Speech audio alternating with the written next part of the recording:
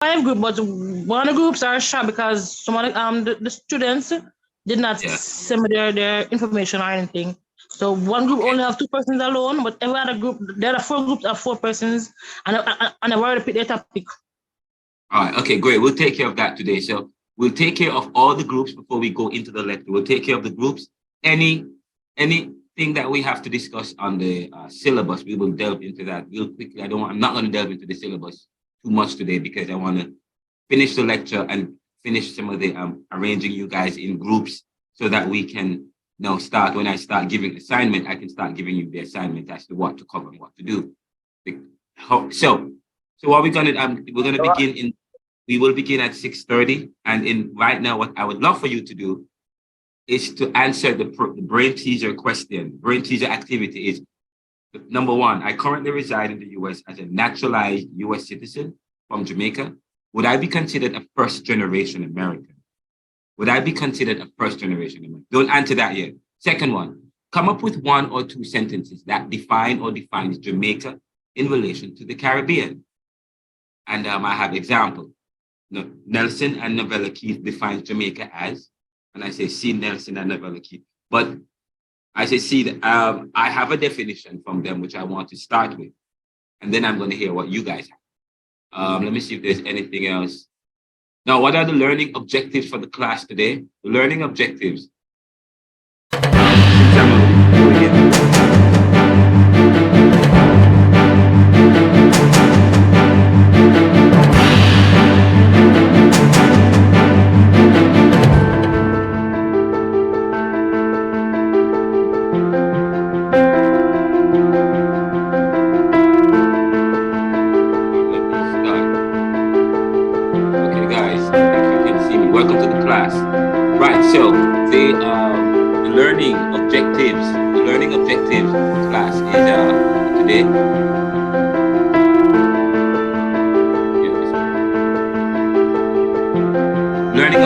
Learning goals and objectives.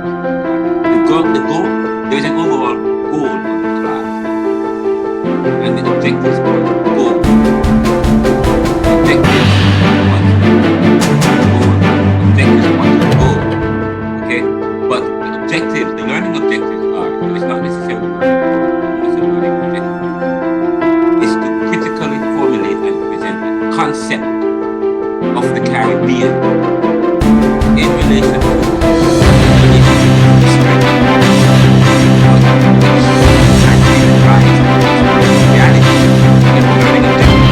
to formulate and present a concept of the Caribbean in relation to its history, which has given rise to its present reality. Formulate and present, formulate, critically formulate. Again, learning objectives. To critically, that word is important, to critically formulate and present a concept of the Caribbean in relation to its history, which has given rise to its present reality. That's powerful, because we talk about when you look at the Caribbean today,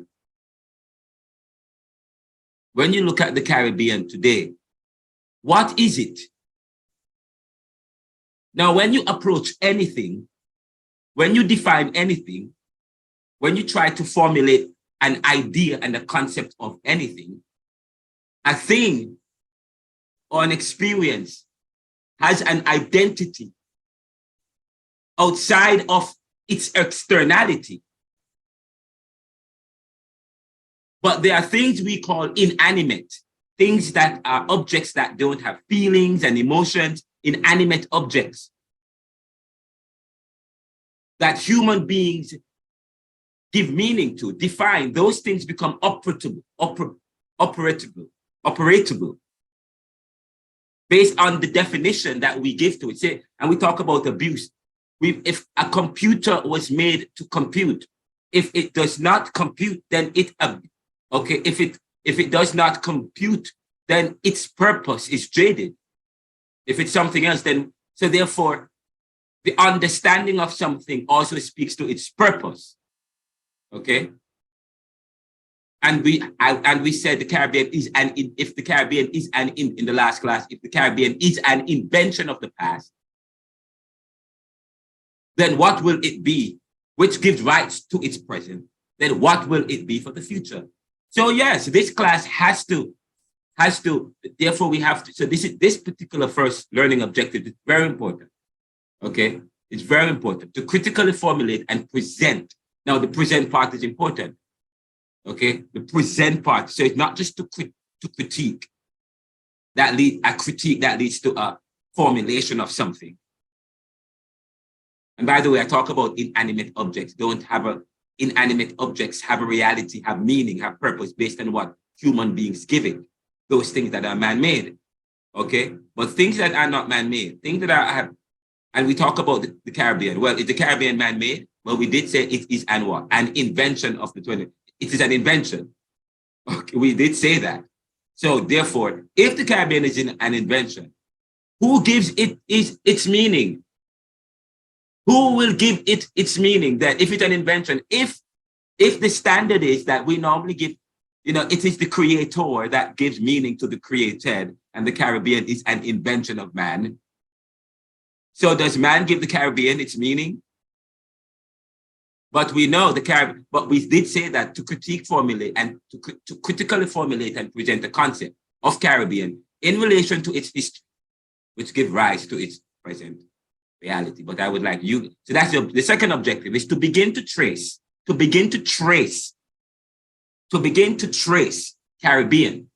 Caribbean thinking through its process of coming to be. Through its process of coming into be. Through its process of coming into be.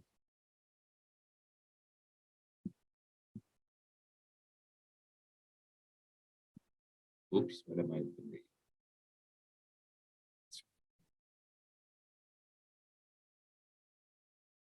Through its process of coming into being, moving beyond independence and the tensions between competing political thoughts in Jamaica. We're talking about capitalism.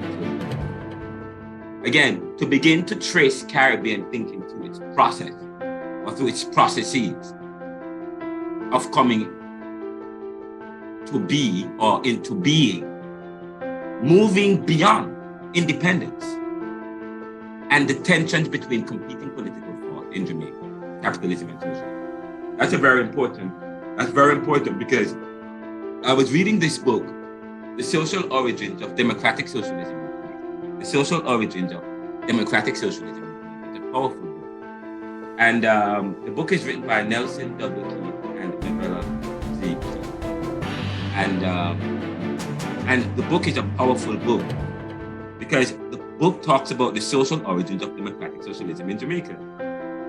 And democratic socialism in Jamaica formulates part of an important period in Jamaica, which has helped to give rise to the People's National Party, which has also given rise to Jamaica Labour Party, which are Jamaica political thinking is very entrenched and deep in the roots of Jamaicans in terms of Jamaican thinking, but also Caribbean thinking, and even in Trinidad and Tobago. If you read, if I told you guys to read The Caribbean Reader by Mr. Weeks, and the introduction is by Gervin, Norman Gervin talks about interpreting the Caribbean, something of the sort, and he talks about Grenada, he talks about Trinidad and Tobago and what was happening in Trinidad and Tobago in the 70s and the 80s, and they have racial tension, especially if you look at the dynamics of Trinidad. It's a little bit different from the dynamics here. Okay, it's a little bit different from the dynamics. The dynamics in Trinidad, it's a bit 49% Indian. At one time, it was 49% Indian, 51% African. And then they'll just split between, or sometimes it's either 50-50 or 49-51. But there is, you have people of African descent as against people of Indian descent. Because as you know, with the Caribbean, after there was independence, after slavery was abolished in the English Caribbean, after slavery was abolished, what happened was that people had to man the plantations. Okay, in 1865, after the Emancipation Proclamation, because emancipation was 1833 actually. Okay, but it never got to the Caribbean until 1865. Okay, and that's when they got the Emancipation Proclamation, the abolition. Then people talk about the emancipation as against the abolition of slavery in the Caribbean, the English-speaking Caribbean, because when it happened and when it got to us, we never had digital media or digital technology. They didn't get the news, and of course, or maybe they deliberately withheld the information in some of the colonies because some of the colonies were not ready. They weren't in a place to deal with the mass evacuations or the exit of the Black people on the plantation. So they had to get what is known as indentured labor. Some of them came to Jamaica, okay, but a lot of Indians, okay, went to the to Trinidad and Tobago. And of course, if you look at the dynamic of the population in Barbados, what happened after independence, after emancipation and even after independence in Barbados, you know, I mean, they have a large mulatto population, brown. I don't know, mulatto might be a derogatory term now. So let's say brown, a lot of browning, all the people from the elite class or the planted class, they remained on the island. So, you know, and even in terms of resources, if you look at the Trinidad, Jamaica, I mean, outside of the resource of tourism, all Caribbean islands, okay, apart from that, which probably speaks to the tropical beauty or the position of the Caribbean, which speaks to the resource, the tropical beauty of the Caribbean, okay, provide the kind of resource, the island. And of course, because of marketing and psychology, we have created the idea of tropical paradises where people can go and enjoy themselves. But outside of that, each Caribbean even within each Caribbean have different kind of foods and tastes and music. Okay, in Jamaica, you know, you have the natural resource. One of the leading resources. They found bauxite in Jamaica in the 1950s. Okay, they found bauxite, and there's an article, part of the book and part of what I'm probably a discussion I will have with you in an article I will submit to the Jamaica Gleaner. I think there was a Dane Gibbon who wrote in the Gleaner recently, is Guyana Jamaica's answer? Because, is Guyana Jamaica the Caribbean answer? Because, you know, they have found oil off the shores in Guyana recently, not too long ago. You know, people are talking about but of course we're gonna say that not necessarily. In 1952, I'm going to respond I will respond in an article, and I will respond to Dane McGim, and I'm going to say, I do not agree that that's the answer. First of all, Jamaica have bauxite. And when we found bauxite in 1952, many people thought that, yes, this is an opportunity for Jamaica. And later on in the course, you will hear me talk about in the 1950s, 1958, going into the early part of the 60s, Jamaica was considered the pearl of the Caribbean. In fact, all the Caribbean islands will tell you that they were considered the pearl of the Caribbean. But the Caribbean islands was beautiful. They were beautiful. Development was taken. They were moving towards a kind of development in the Caribbean. And if you look at the exchange rate and the economic realities, the exchange rate, the dollar was strong, but kind of the reality between the 50s and the 60s was that a lot of the Black people of African descent, they had a lot of poverty, people of African descent, okay? And so therefore, that's why Michael Manley and the socialist movement came about and started to develop a policy of social welfare, which many people thought that by the time we get to the 1970s, with the oil crisis in Jamaica, it affected them, okay? So Jamaica has bauxite. That hasn't helped, because in fact, Jamaica, who owns the bauxite company, Alpart and so on and so forth. A lot of that, you have a lot of overseas people. Jamaica cannot have, because of our lack in terms of capital intensive resources. In order to extract we have to get people from overseas, because our industrialization is not at that level to be able to extract the raw material. And then we send it to the US and to post-industrial countries to turn into aluminium, which then they export back to Jamaica, because aluminium is what they use to make it, those wires and those posts that you see, those resources, which Jamaica does not benefit significantly. You don't see the gain significantly. And now I think there's a report, I think one time they privatized it. Okay, what's going on in Trinidad has oil. Trinidad has oil, but what's going on in Trinidad and the Caribbean, has that helped Trinidad? So how do we expect Guyana? Look what's going on in the Congos. Congos, they have uranium, and the Congo is a colony of French. And Belgium, the Congos. But in the Belgium part of Congo, they have uranium. Uranium is what you use to make cell phones and so on and so forth. But there is civil war and rebellion. I mean, there's civil war and unrest going on there, fighting over the resource, over uranium. And it's not, and Congo is still a developing country. It's not a developed country. So these countries have resources and they have had investment, but what has happened? So therefore, those are some of the questions that you have to left as critical thinkers when you're critical. But we will begin to trace Caribbean thinking through its process of coming to be, moving beyond independence and the tension between competing political thought in Jamaica, capitalism and socialism. And finally, we'll begin to develop a critical and academic frame within which to provide comment and contributions on current issues of society or on society, and identifying media that facilitate these expressions. Again, to begin to develop a critical and academic within which to provide commentary and contribution on current issues on society and identifying media that facilitates it. I'm going to say that again. To begin to develop a critical and academic frame, lens, within which to provide commentary. I said to you last week, but I said to you, Hanif, great work in terms of the commentary, but what I'm hoping for you guys is to develop your ability to respond to issues of today within a critical way, using school of thought, using academic language, using professional language, not the run-of-the-mill casual language. Okay?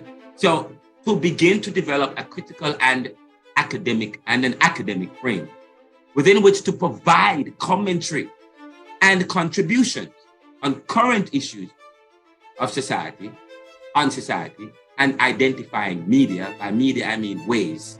We say, what are the media? We're talking about what are the ways, identifying media. And I use the word media because, and that's deliberately media instead of ways, because media, it's very important. I deliberately use the word media instead of ways. So ways means, media ways means technological ways, through blogs, yes? Through blogs, through journals, electronic journals, through podcasting, through YouTubing, through TikToking, through Reels on Facebook and so on and so forth. Okay, that's a new, we talk about people are moving away from print. Print is not doing very well now. Everything is through technological means. Okay, but and even in Jamaica and the Caribbean, we are speeding towards technology and so on and so forth. So that is important. So those are the three learning objectives for the class. To critically formulate and present the concept of the Caribbean in relation to its position in history, which has given rise to its present reality. To begin to trace Caribbean thinking through its process of coming to be, moving beyond independence and the tensions between competing political thought in Jamaica, and to begin to develop a critical and academic frame within which to provide commentary and contributions in current issues on society and identifying media that facilitate these expressions. Okay, so that's what we will do. That's what we are going to be doing today. Now, so before we begin, the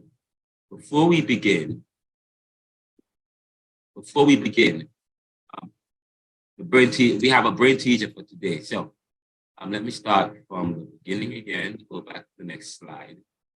I have on this slide, first thing, I currently reside in the US as a naturalized US citizen from Jamaica. Will I be considered the first generation? Quick answer. Would I be considered a first generation American? Anybody have an answer for that? Answer.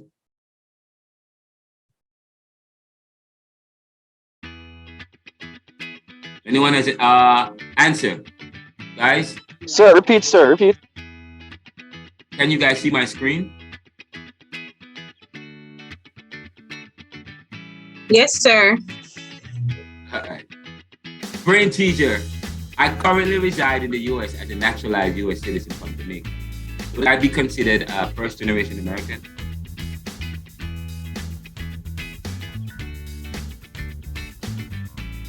Have you guys heard the term first-generation American?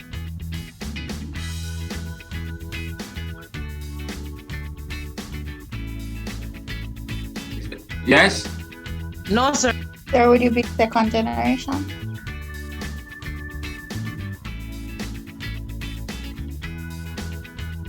I currently reside in the US as a naturalized US citizen from Jamaica. Would I be considered first generation?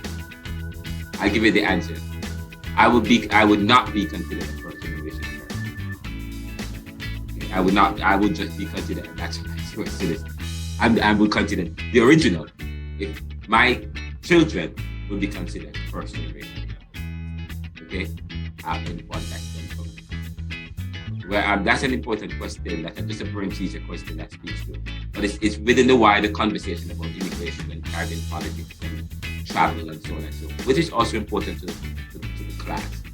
So first generation, so that's one. The second one is, the second thing I want you guys to do for now is come up with one or two sentences that define or defines Jamaica in relation to Caribbean. Again, come up with one or two sentences that define or defines Jamaica in relation to Caribbean. So I'm gonna so I want you, so you guys have 5 minutes to do that. 5 minutes to come up with one or two sentences that defines Jamaica in relation to Caribbean. You guys have 5 minutes to do that. Come up with one or two sentences that define or defines Jamaica in relation to Caribbean. 5 minutes. Okay.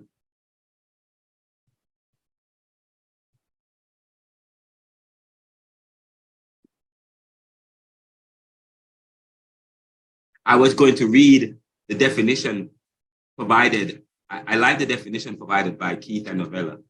Nelson and Novella Keith in their introduction, Social Origins of Democratic Socialism in Jamaica. The first page in the introduction, quite powerful. And they provide, it's 1, 2, 3, 1, actually 3 sentences. Okay, fine. You guys can provide 3 sentences. 3 sentences. 1 to 3 sentences. Fine. 1 to 3 sentences. But they provided 1 to 3 sentences in about 4 lines. 1 to 3 sentences in about 4 lines. Quite powerful.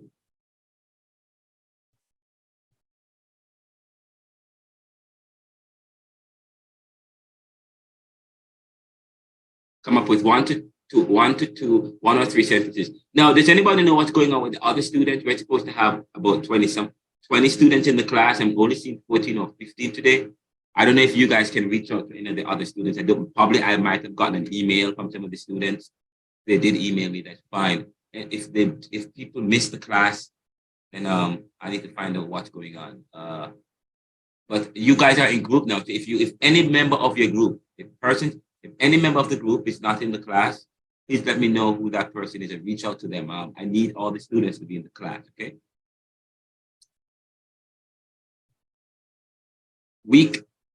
Sir, so I know that sorry, good evening. Good evening. Yeah.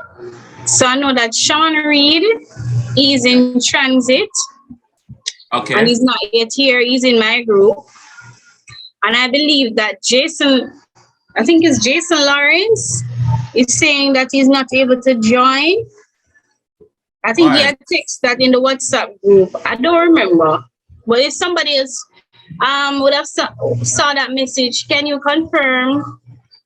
I think he's having some issues why he can't join at the moment. Okay, fine. So some people are having technological issues. That's fine. Okay. All right, that's fine. But I mean, we meet for 3 hours, and some people can access. This will be available. This video will be available. But as I said, I want people to be in the class. Although the lectures are all available, I really want to see you guys in the class. Okay, it's very important that you come to the class and that you interact in the sessions and so on. As I said to you, if you cannot come to a class, really can't come, please let me know. Talk with me. Send me an email or talk with my assistant, and she will send me an email. I see her emails. I read her emails. You know, I spent a lot of time in the first couple of weeks on this class because I knew I was going to become very busy with many different things. So, you know, so that is why I try as much as possible to ensure I situate the class so that I have the materials ready. So I have all the materials ready for the entire course. All the guests are lined up who are going to be joining us. I just spoke with Brian Concanen, who is the executive director of the IGHD, International Justice and Haitian Development, who will be joining us. He lives in Massachusetts, but he will be joining us he will be on the podcast next week, Thursday. And then either the Friday or the following Friday, he will join us for the class. I want everybody to be in for the class, every student to be here for that presentation, okay? And then the following week, we're going to be we will invite Reverend Hewitt Holmes, and then the following week. So this is probably one of my next week is my final week doing lecturing the class without having guests. As of next week, we'll have film. We're going to be watching film as of next week. And then the following week, we'll have more films coming and more movies or cinematic presentations.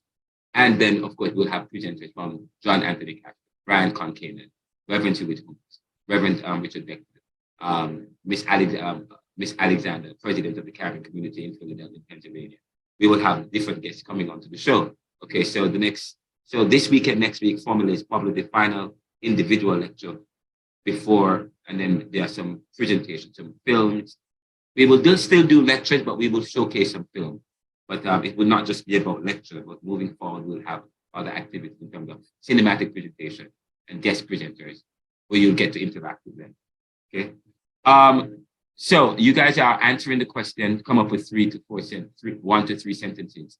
That's good. And while you do that, let me see what's the next thing that I am okay. I did that. Okay.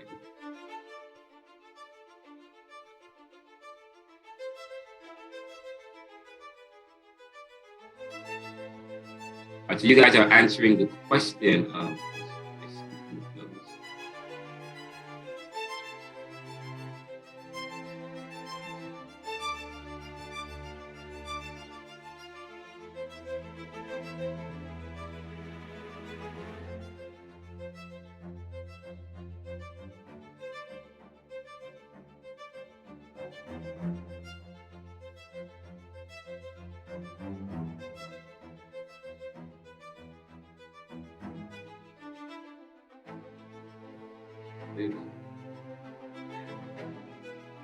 I've given, for persons who are just joining, I've given you guys some questions.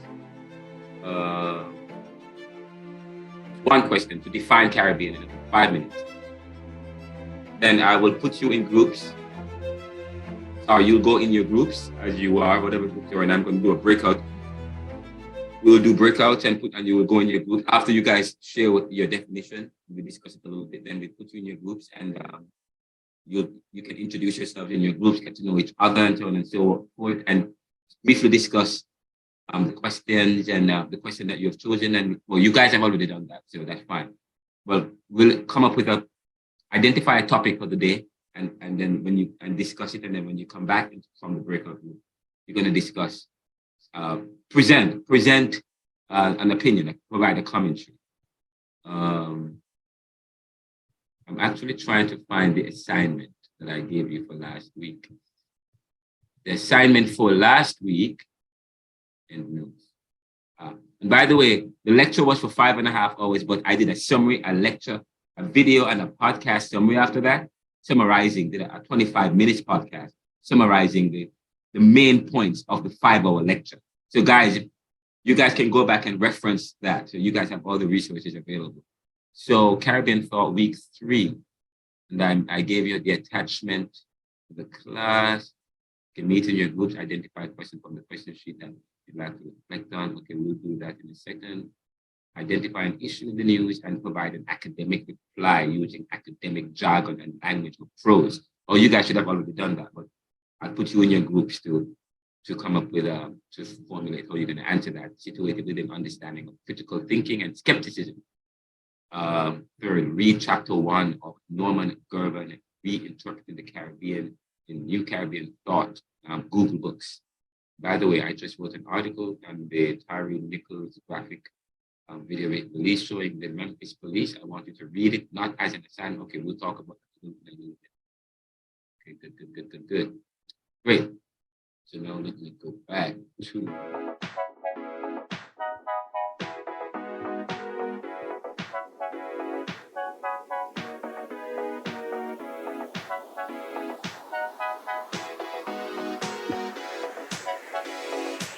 okay. All right. While you are doing that, give me 1 second as you do that. I'm going to ask each of you to do that, but give me 2 seconds.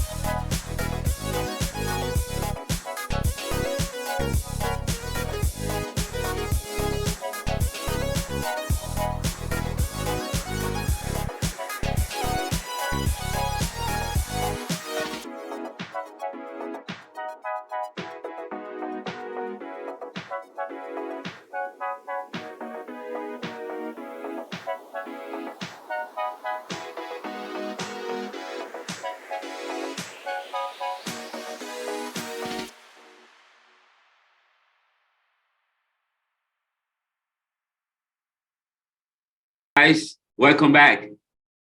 Let me. So,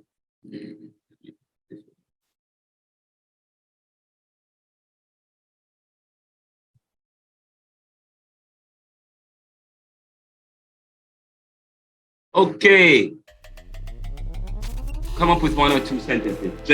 All right. Before I ask you guys to come to read, according to Keith, Nelson and Novella Keith, in the book, The Social Origins of Democratic Socialism in Jamaica. It's published by Temple University Press, Philadelphia University.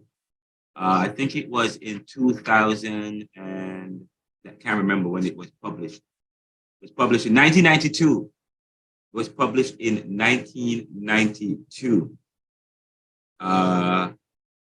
Library of Congress cataloging, publishing. Let me see if there's anything else. And by the way, Keith and Novella, they are married. They were professors at Temple University. Not sure if they are still there. I'm not sure much about them. But they did a very good job.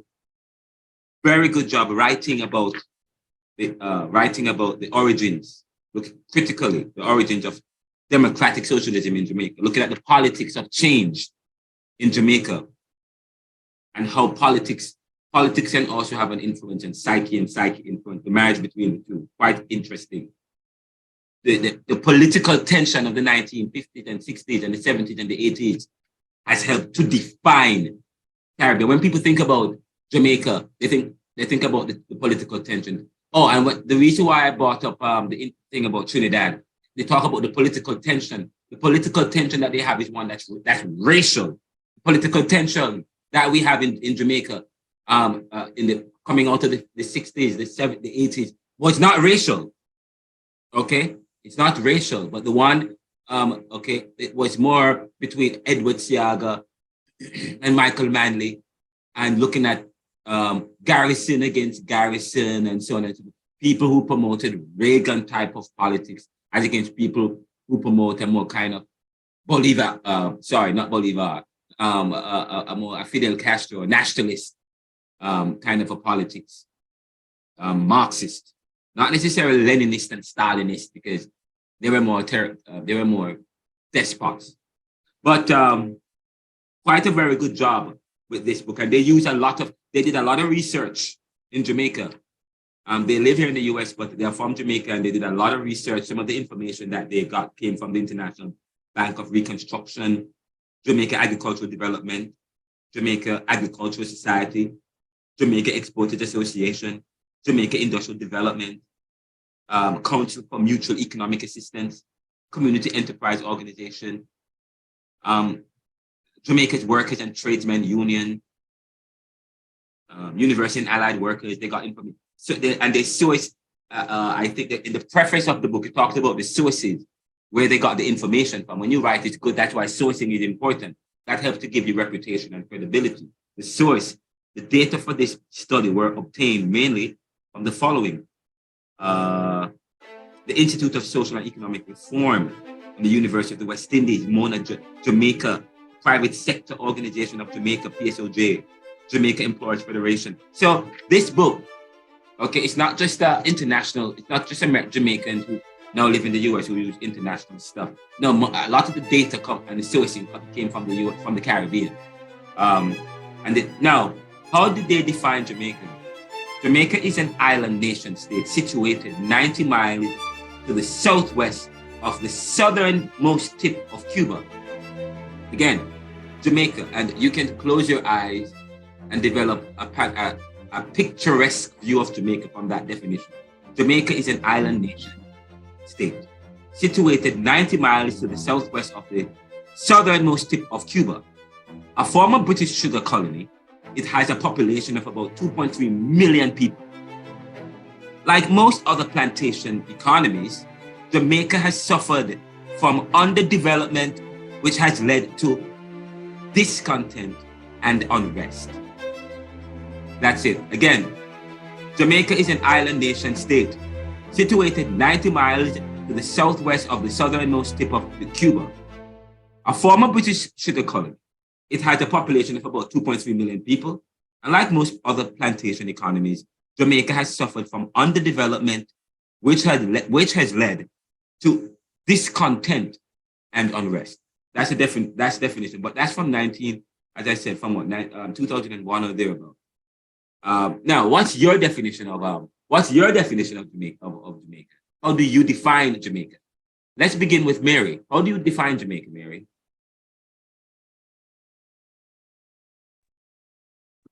Sir, I would say Jamaica is. And let me see. I said, by the way, I said this week I want to see your faces. Remember, I said that. So, Mary, I want to see what you look like. I want to see what the students look like this week.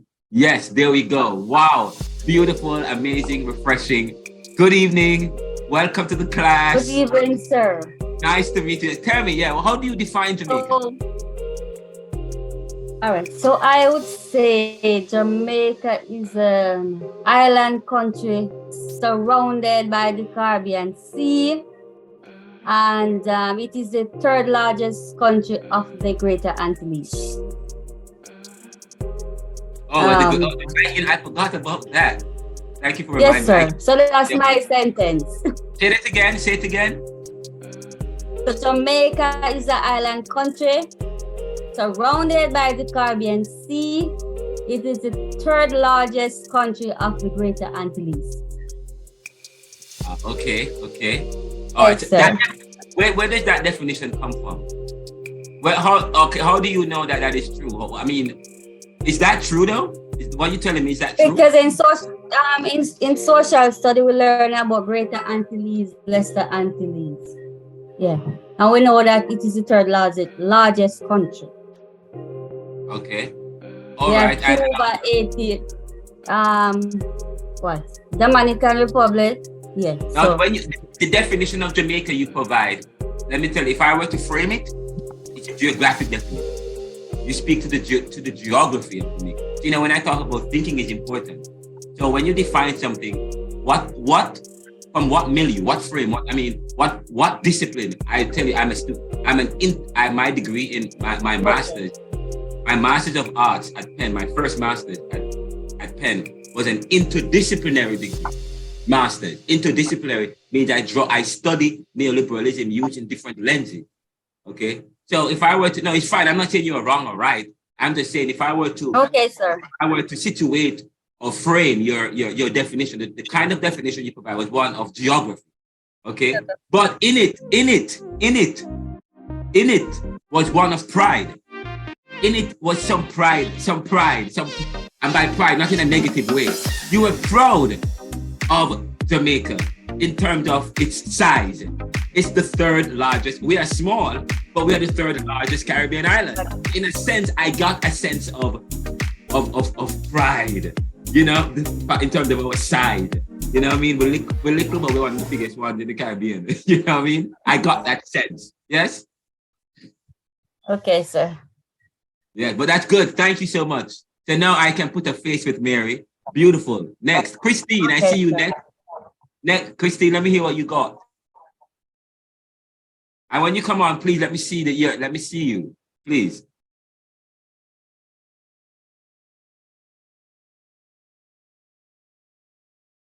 Christine, are you there? Christine. Hello, Christine? Christine? All right, Tamar. How do you define Jamaica in relation to the Caribbean?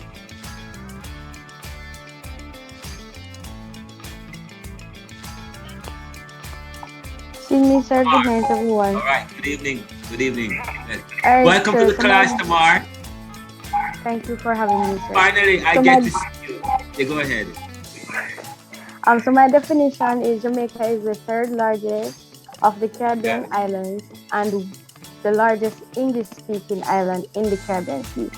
It is a multiracial population of approximately 2.5 billion.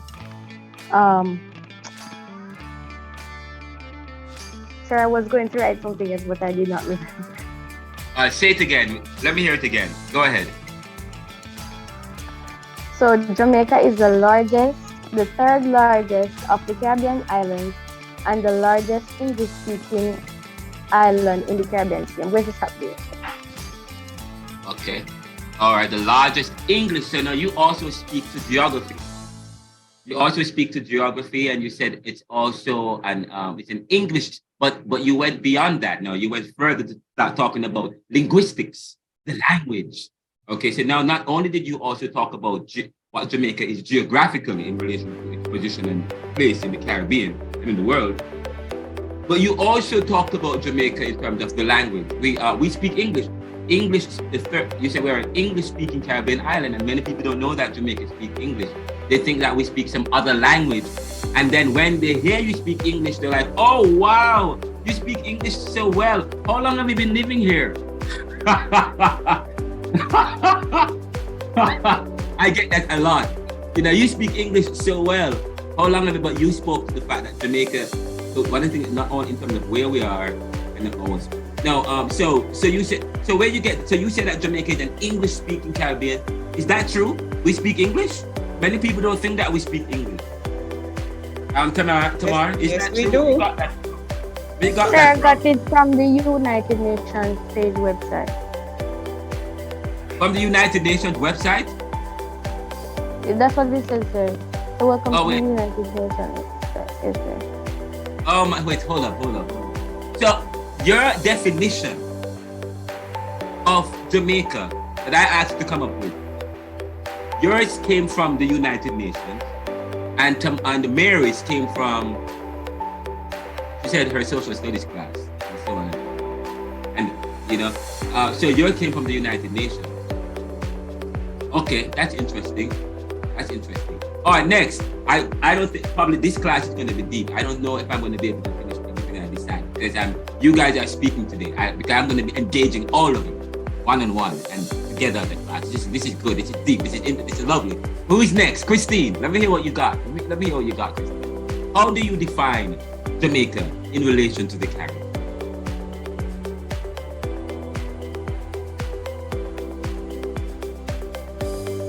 Please excuse me. I just said. Christine, guys, we don't have much time. Come on, work with me. I'm trying. Yes, come on. Yes. Okay, sir. This is yes, sir. Good evening. What's up, Alicia? But you guys look so good. Oh my, and you guys are hiding your faces from the world. Oh my, wow. Yes, Alicia, welcome. How do Thank you, sir. Yeah. Okay, so under the British colonial rule, Jamaica became a leading sugar exporter, with the plantation economy dependent on African slaves and later their descendants. Wow, say that again. Under the British colonial rule, Jamaica became a leading sugar exporter, with a plantation economy dependent on the African slaves and later their descendants. Interesting. That's powerful. Where did you get that from? Where did I get it from? I got it from, I don't remember, sir. One of those. You wrote that yourself? No, sir. It was, I did a quick search. Okay. All right, that's fine.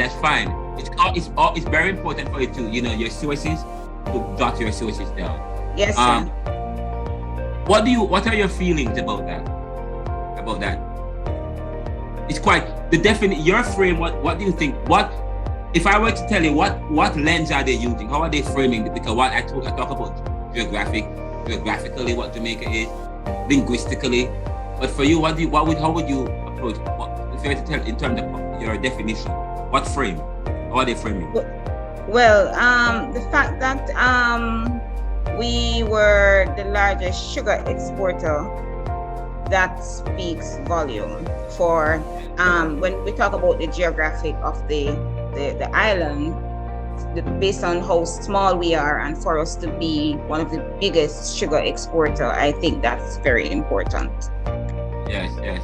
But by that I mean, in terms of discipline, that was a historical approach to defining Jamaica. You talk about the geographical approach, you talk about the linguistic language. You just provided what is known as a historical approach to defining Jamaica. You see what I'm getting at, guys? You're working with me here? So that's the frame you're using. They just talk about under the, because we're no longer under British colonial rule. We're no longer under the British colonial rule. Yes. Okay? But under British colonial rule, we were the leading sugar exporter. So they're talking about the past. But they're also talking about Jamaica in relation to all things. We were controlled. Colonial means control, under British control. Colonial is a beautiful word to hide the fact that, it was controlled. Under British domination. So let me tell you, so this is how I want you guys to get now. When I ask you to come to the class to define something, it's good to do it. It's good to paraphrase, to do it in your, especially if I'm asking you to come up. I want you to define it. I want not necessarily what the book says, but it's fine. If you're bringing sources, that's okay. Let it stay with whatever you guys have right now. That's great, because it helps me now to ask you, how are you framing it, or how are the persons framing it, where you got it from. So that when you write, when you start writing, you say, well, based on so and so, they said Jamaica is so and so. However, if the definition here suggests Jamaica it's a historical understanding of Jamaica, speaking to our domination. We were dominated. So if that speaks to our domination, how has that affected us today? And what plans are there for the future? Isn't that interesting? Just from that one little definition, boy, I get that whole paper. I can talk for about 2 hours just from that what you just gave me. But that was a historical approach. And that speaks to the thing that we're dealing with in class, historical approach. Under British domination, Jamaica was leading sugar. Okay. But if even what you just told me, Alicia, under British control, we were leading. So it's like if, nothing positive don't come out of the Caribbean,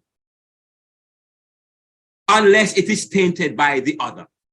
Only under Jamaica, only under British colonial rule were we leading. Well, read something else. Does it say that? But anyways, it's very important. That is important. It also speaks to our positioning as a leader seem to have been influenced by the British. But it also, you said something else after that. What else did you say?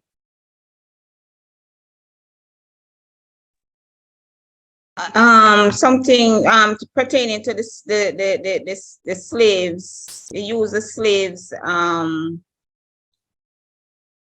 What was it again? The plantation economy. The economy was dependent on the African slaves. Good. So no, not only were you, so you brought up something historical, but in the historical understanding of Jamaica, you also brought up something that speaks to the economy of Jamaica. And of course, it's historical, but that was just an economic history of Jamaica that you just presented, speaking to how work was organized and the kind of industry was the plantation economy. Jamaica had a plantation economy under British colonial rule, and it talks about the workers. So it also talks about genealogy. You also talked about genealogy. So where the people, or the issue of descendants, they came from Africa. And then it says later their descendants. Okay. But of course, it doesn't talk about indentured servitude, because after we got independence in 1830, after slavery was abolished, after the slaves left, and it was the indentured servants or bond servants, okay, from India that came to Jamaica, some of the Caribbean. Okay, but thank you so much, Alicia. All right, next, Serene, or who is next?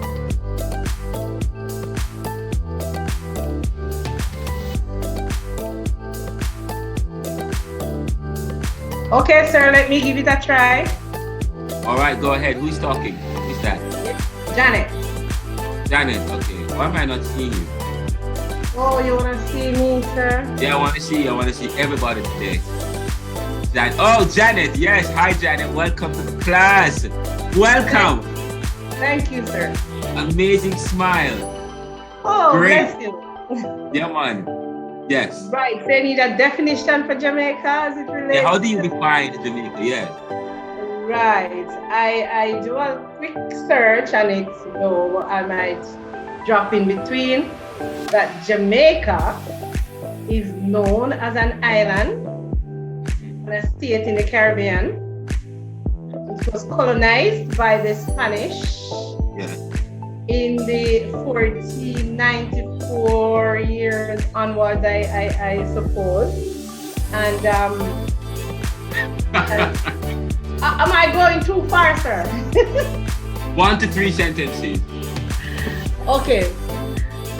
So have I gone 3 now? Yeah, okay, right. But you said Jamaica was what? Colonized by the Spanish from the 1494 onwards. And so it is a member of the CARICOM. Jamaica is a member of the CARICOM. I think that's my 2 sentences towards that. All right, another talk about within the post, talking about Jamaica was colonized, talking about the history again, history, post colonial history of Jamaica, and then of course you talk about our relation in terms of we have one of the members of CARICOM. Now that goes without saying, CARICOM, the Caribbean Community. Caribbean Community is an organization between Caribbean islands, where they were corporate. It speaks to a corporation of the Caribbean islands. But thank you so much. That was good. Another history. But do you agree? Do you agree with what you just read? Do I agree with what, sir? Yes. Do you think it's true? Based on what we read about our country, Jamaica. Yes. I believe so. All right. Good. Next. Who is next? Thank you, Janet. Very good. Janet, who is next?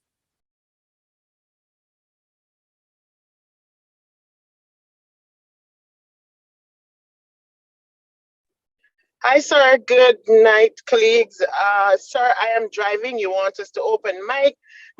Not my camera. I'm going to do that, but I don't know if you'll be able to see me. Oh, wow. No. If you're driving, that's dangerous.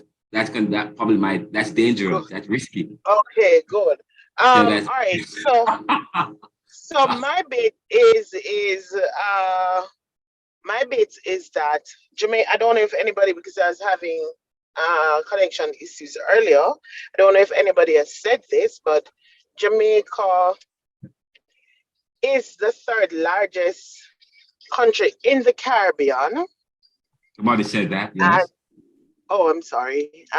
Also, Jamaica is said to be the capital of the Caribbean, and this is due largely to our popularity and our influence on the rest of the world, not just the Caribbean.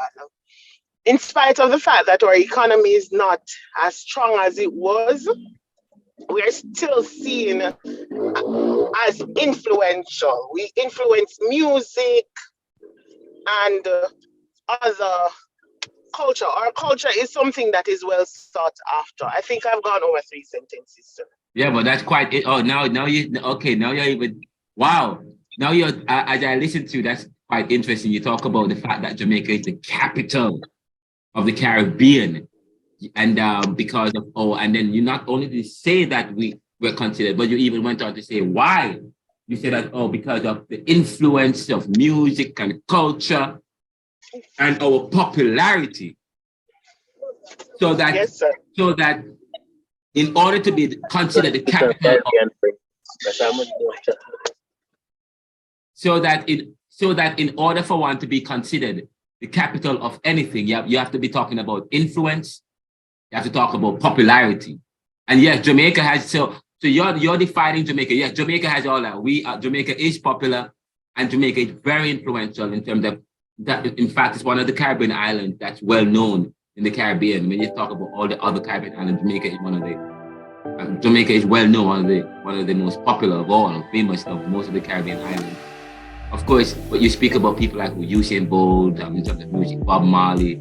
Of course, when people like Merlin Ottey, Marcus Garvey is well known in the US and in the UK because when you study American history or you study American or critical race theory or Black history in America and civil rights movement in Jamaica, one of the first person you will hear them talk about is Marcus Garvey.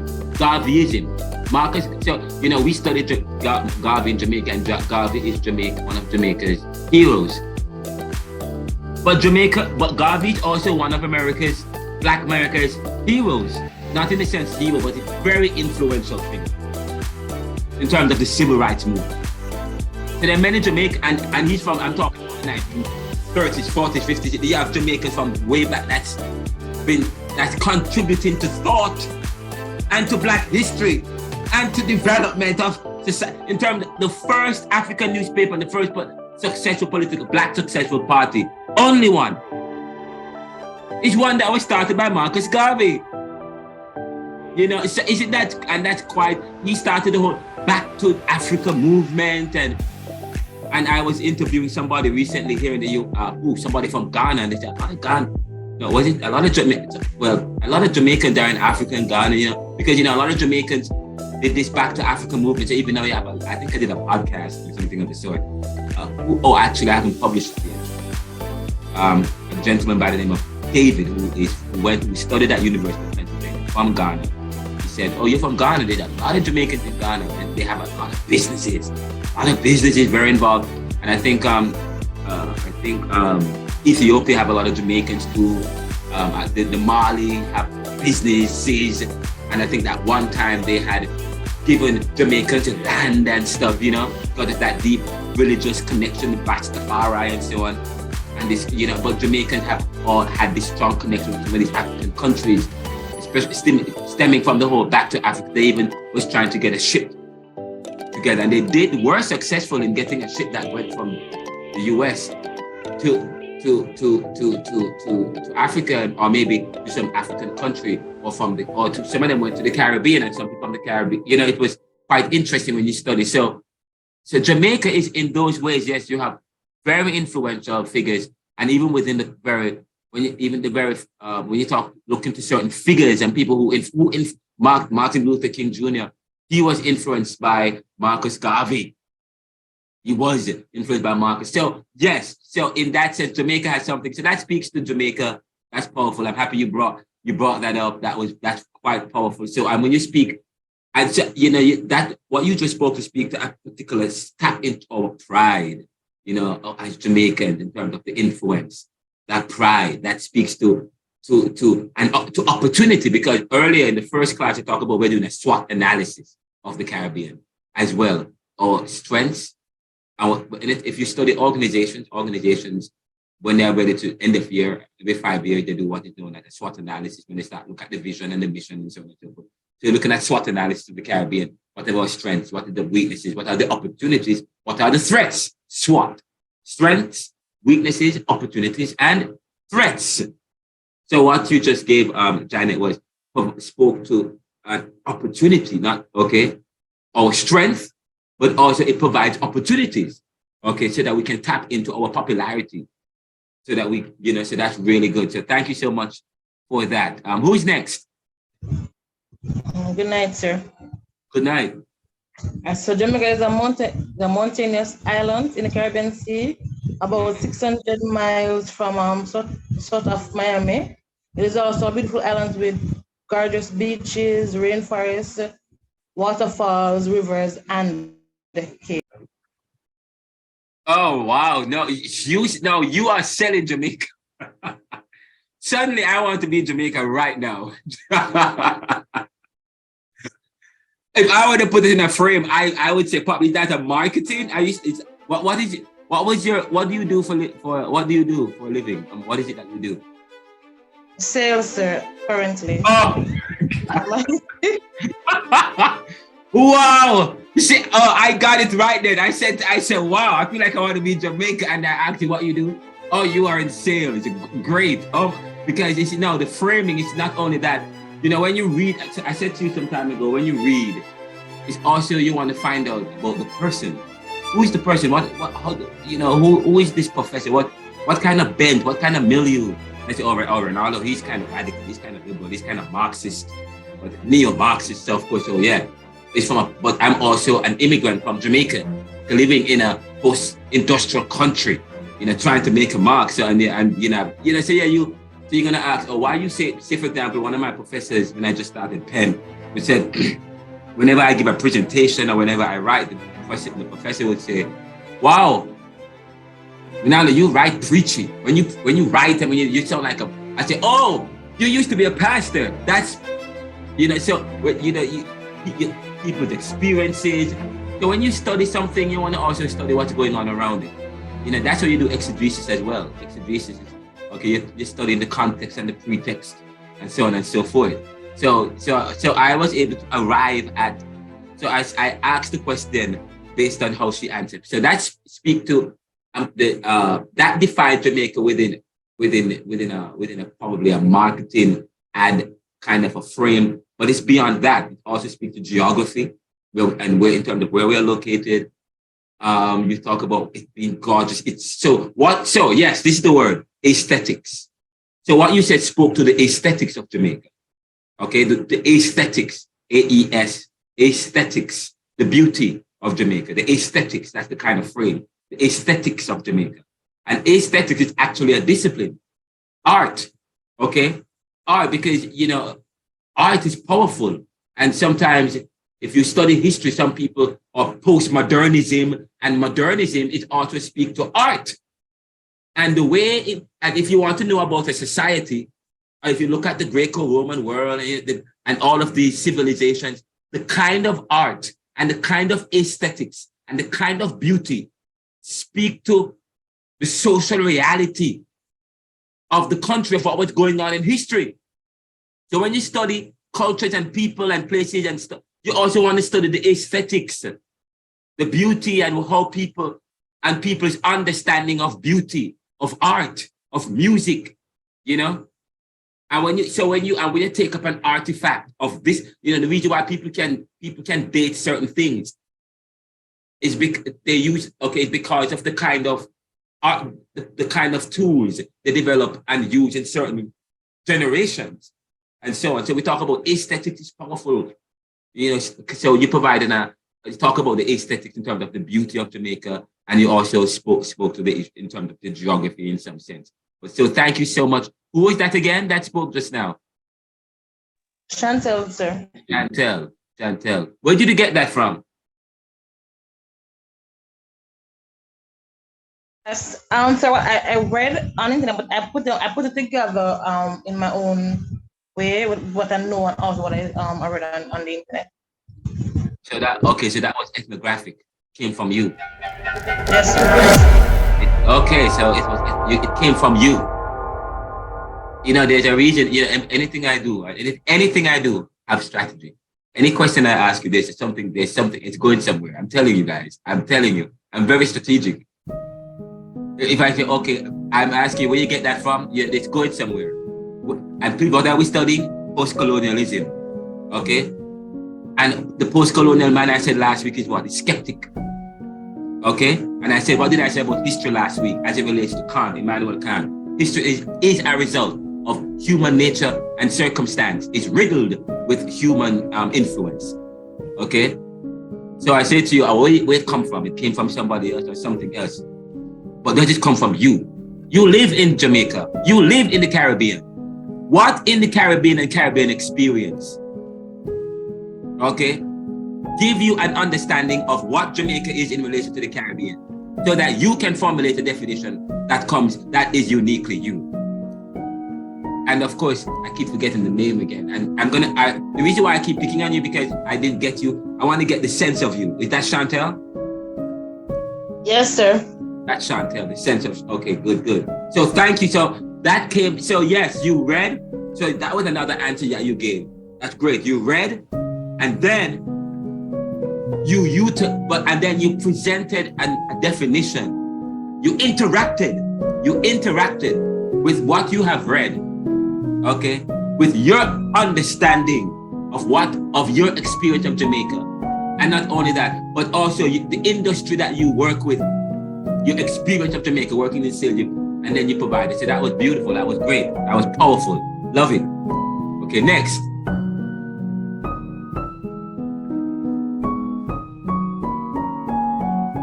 Anif. Hello. Do I say anything when I introduce myself? Yeah. Welcome to the class, Anif.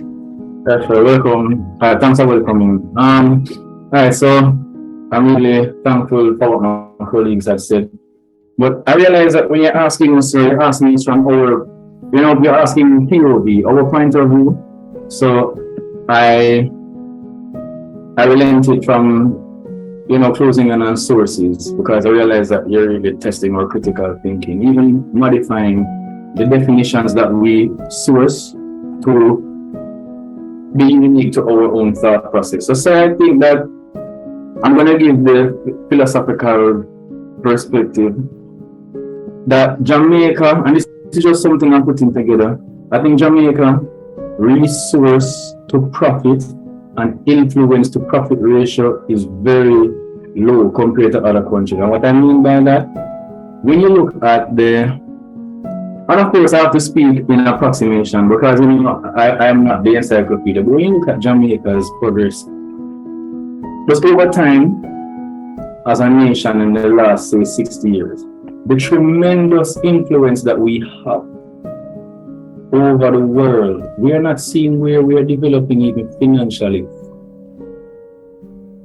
So that's really what I think Jamaica is defined by in modern times in relation to the Caribbean.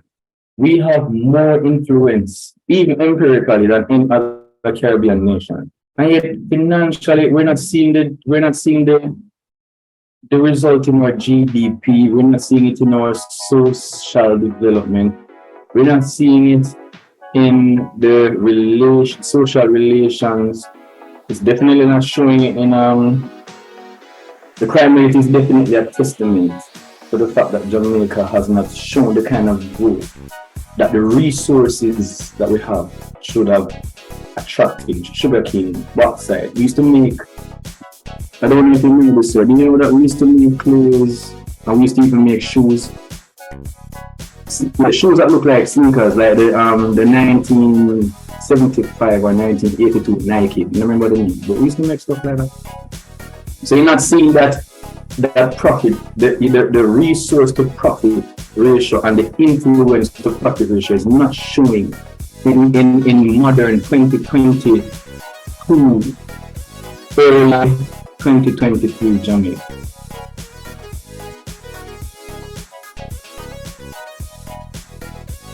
Good night, everyone. Good night, colleagues. Sean Reed here.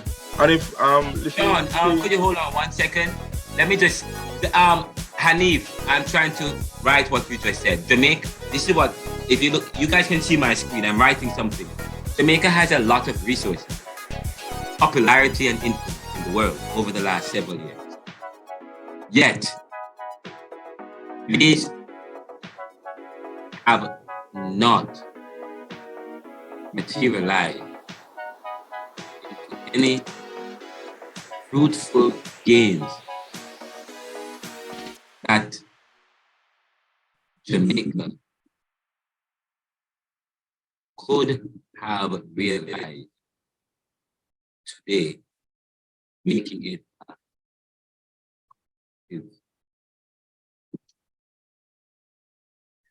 so I said Jamaica has a lot of resources, popularity, and influence in the world over the last several years. Yet these have not materialized into any fruitful gains that Jamaica could have realized today, making it a competitive. And you provided an accounting and financial perspective, quite powerful. Excuse me, sir, your internet is in and out. Now it's giving problems. Oh my God. What about now? Yeah, it seems all right now. Hopefully it's stabilized. Yes. Okay, great. Wow. I'm gonna take a break though in a few minutes after I finish.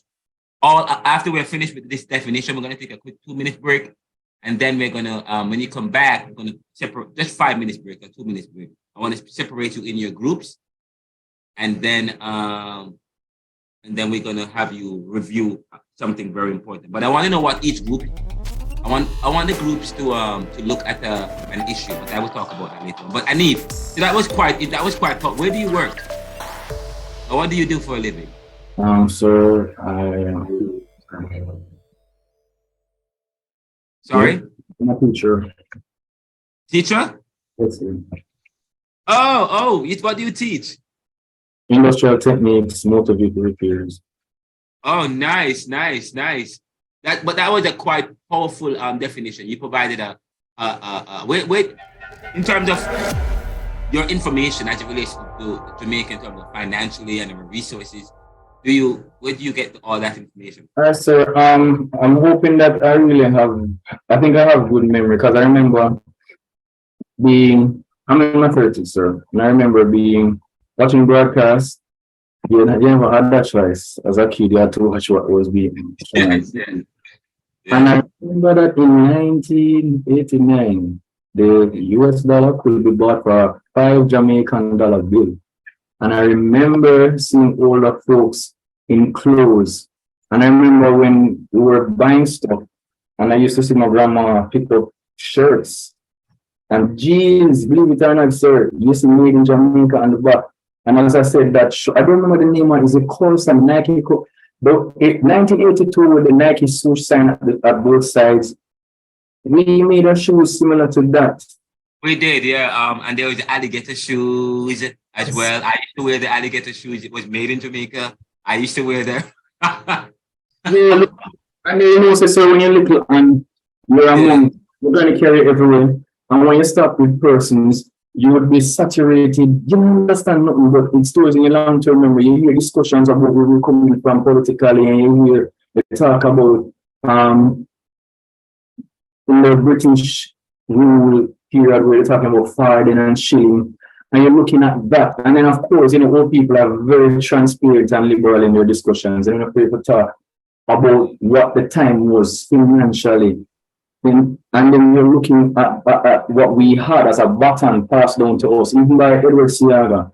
When the People's National Party got Jamaica in 1989, they got it at an amazing state in relation to everywhere else. So based on that, even with the pitfalls in politics, even with mild corruption, we should be so much stronger. We should be at least second world level. We should be a good nation. Okay, the question. Oh, Sean have a question for you. Sean, go ahead. I'm going to ask you what. Okay, that's good, because we're going to be talking about corruption in Jamaica, or who's to be blamed. And when you watch the film Life and Death, there are people that talk about corruption in Jamaica, and of course you could talk about the Jamaican government was weak-kneed and lacked vision. There's some people who blame, the IMF and the Monetary Fund, and there are those who blame colonization and so on. It's quite interesting. So So who's, who is responsible? But you're talking about, that's great. But Sean, you had a question for Hanif and Christine. Okay, so fine. So we have Sean first and then Christine. Yes, sir. Good night, colleagues.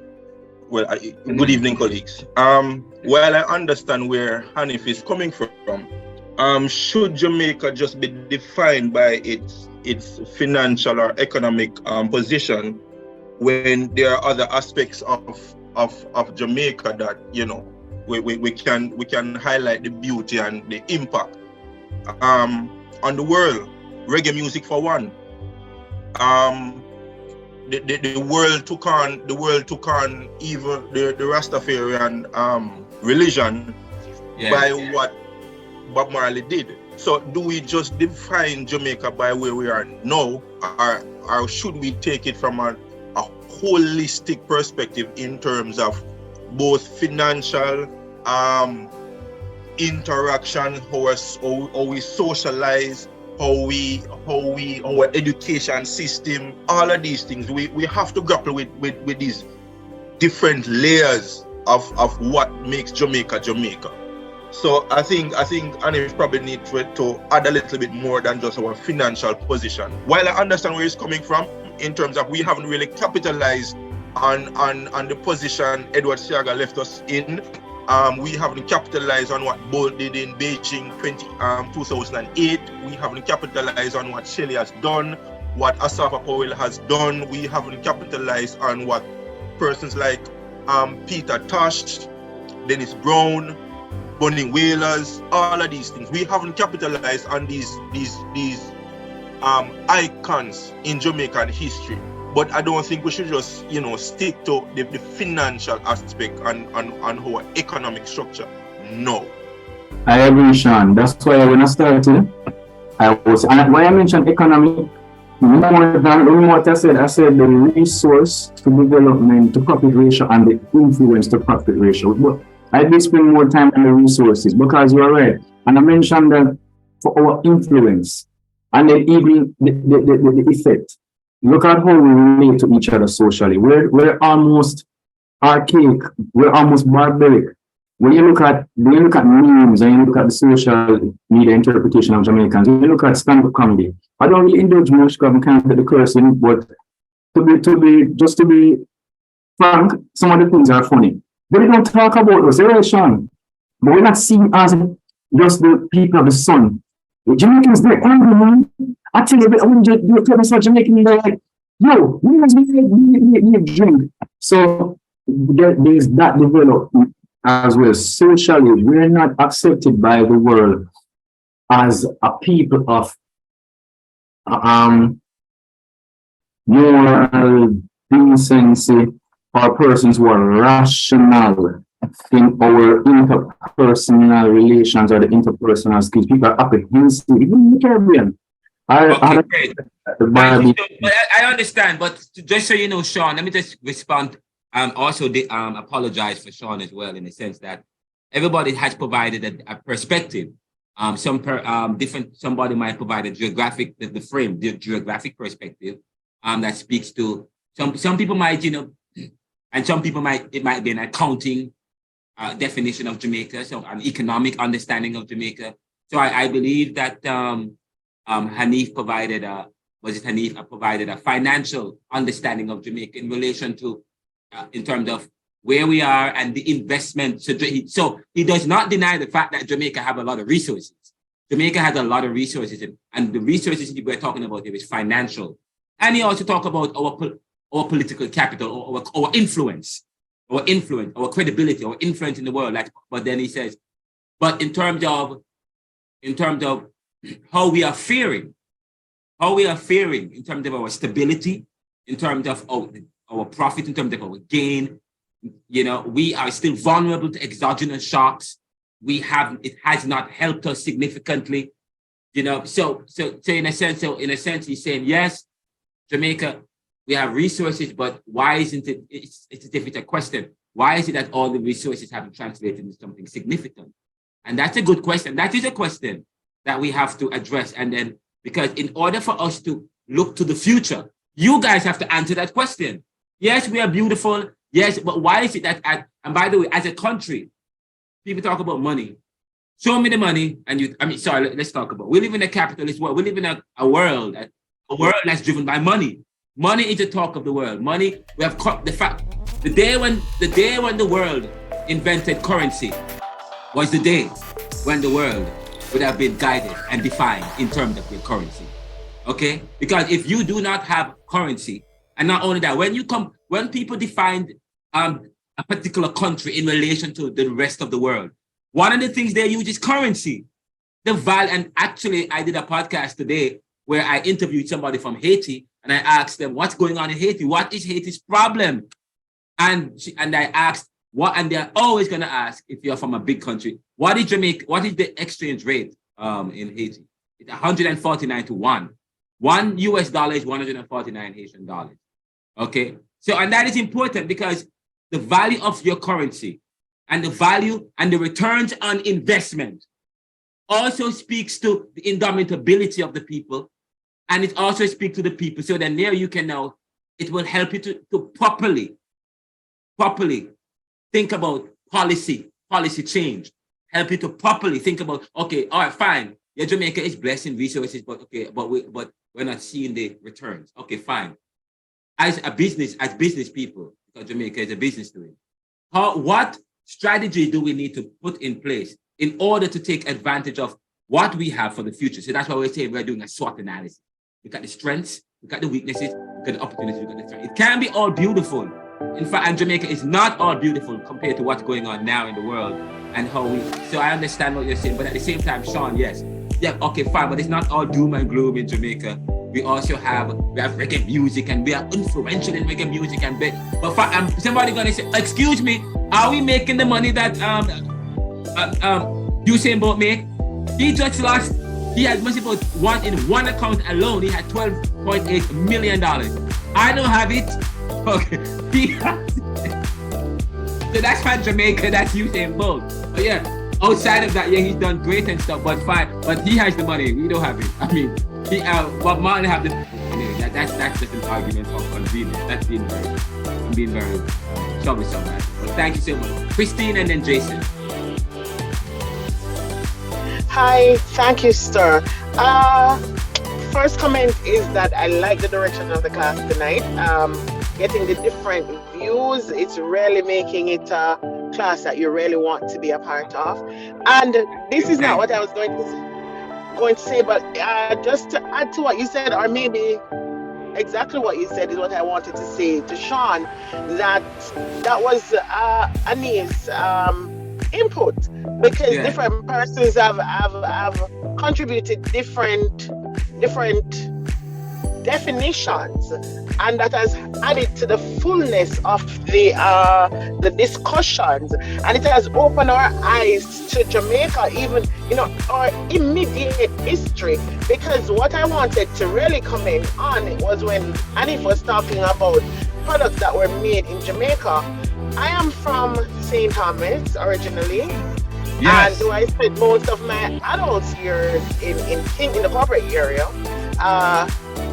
Many of those factories were in St. Thomas. Those factories that makes the clothing that he was talking about. And I can tell you that as a girl, though I never aspired to that, there are lots of young ladies that I knew who wanted to be seamstresses because they wanted an opportunity to work in those clothing production factories. And it was good to see those items and to wear those items, and they were quality items that you got from those factories. The brush Fleetwood, even though most of it closed down, there's one baby part of it still in St. Thomas.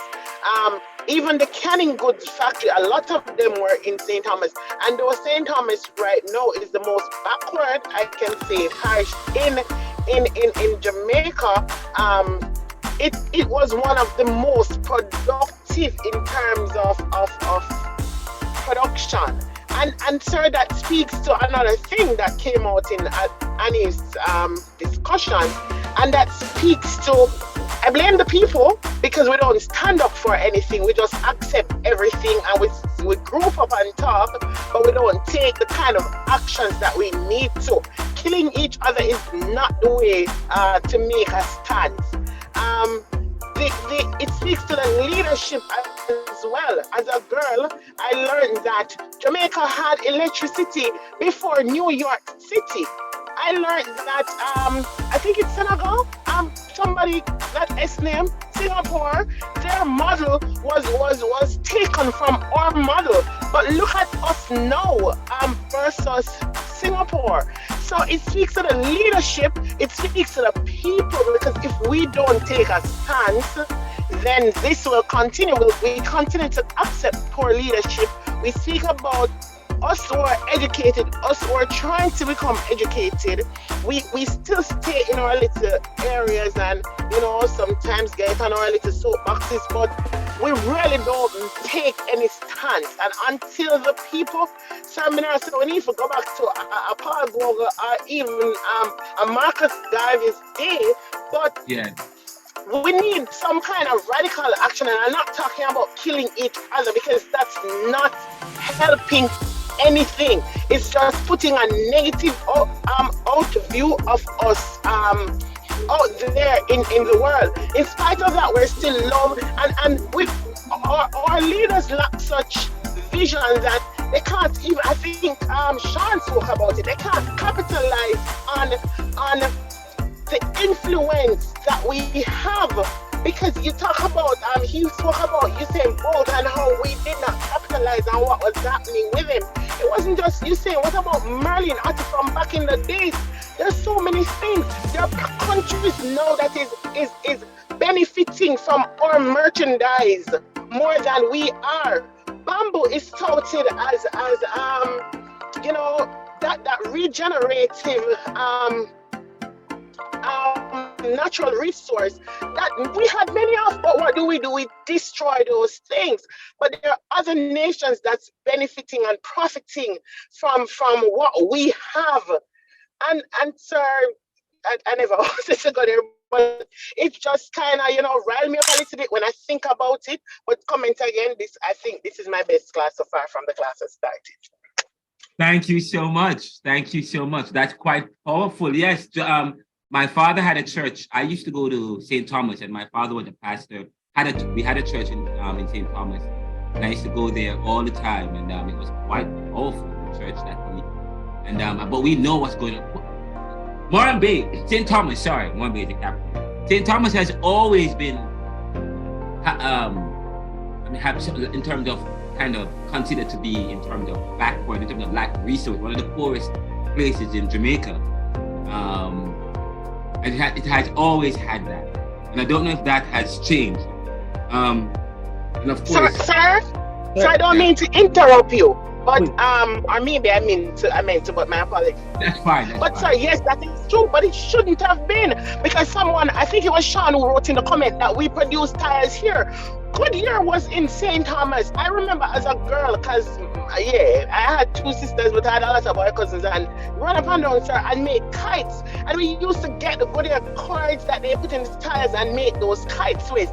So those tires were also being exported. So it shouldn't have been that it was like that for St. Thomas.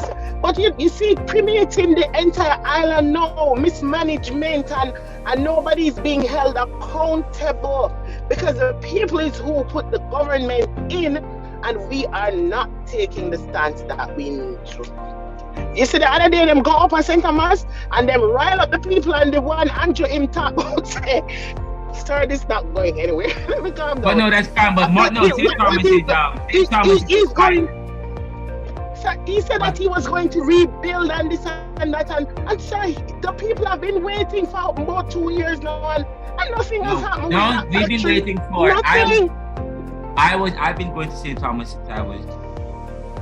Trust me, I know St. Thomas very well. My father had a church there. I used to go there from Hellshire Heights all the way up to St. Thomas. I was there every Wednesday and every weekend.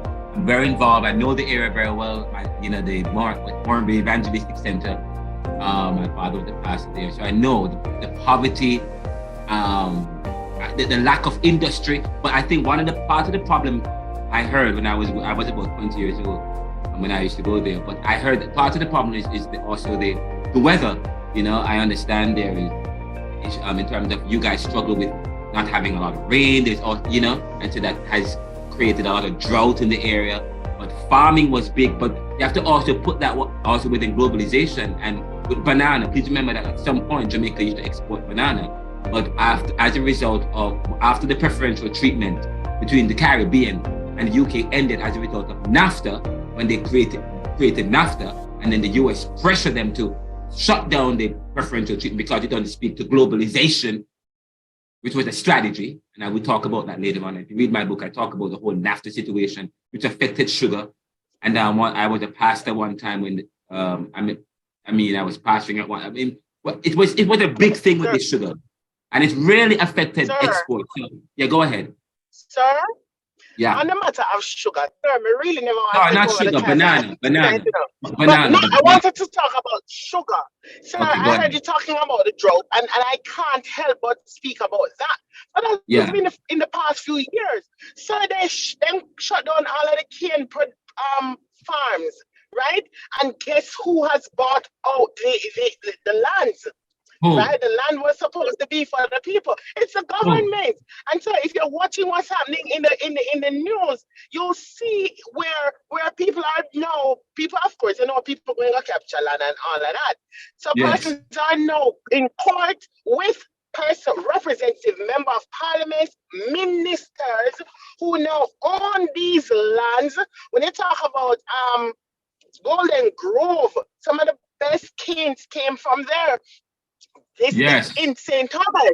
St. Thomas, to me, not because I'm from there, but when you look at what used to happen in St. Thomas would have been one of the richest parishes in the country if they hadn't raped, if I am allowed to use that word, the island. How can you lock down sugar production and then buy off the land and have it up there? Now you're warring with the people because them capture it and the land belong to you. How is that? And the country now have to be importing sugar, and every time I hear this has to be taken out of the shelf because something is wrong with that and something is wrong with that. I'm going to probably get the Minister of Agriculture to come and talk about what's going on in terms of agricultural development in Jamaica. Jamaica and the Caribbean, one of the good things because of the kind of arable lands, it's tropical and so on. So one of the things we have to talk about, what is going on in terms of agricultural development in Jamaica. I know Jamaica. My mom told me recently that Jamaica is flooded with American goods in the market. I mean, it's flooded. And when I was growing up, I only went to market once every month. We used to do backyard farming, or we used to have chickens and goats and pigs, and I used to milk. I never bought.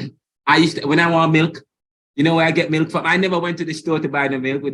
But what is going on in terms of? And I think one time in Jamaica they were talking about backyard farming and developing, feeding Jamaica. But in Jamaica today, it's flooded with overseas goods. And then I was reading this book, and the book shows economic delinking in Jamaica, part of globalization in Jamaica as we speed towards globalization and so on and so forth. It's this economic delinking. Jamaica dollar was strong, but one of the strongest. It's rivaled. But we'll talk about, but as it moves towards the 60s and the 70s, Jamaican dollar became among the weakest, and it was continuously sliding because they had to change the exchange rate so as to because of international pressure. But you know what I mean? Yes, go ahead. McKenzie, just to add to, I see Jason's hand up. I'm sorry, Jason, but I really have to add to Christine's comment. And you said something earlier about St. Thomas being one of the poorest parishes. I think I disagree with that statement. Why?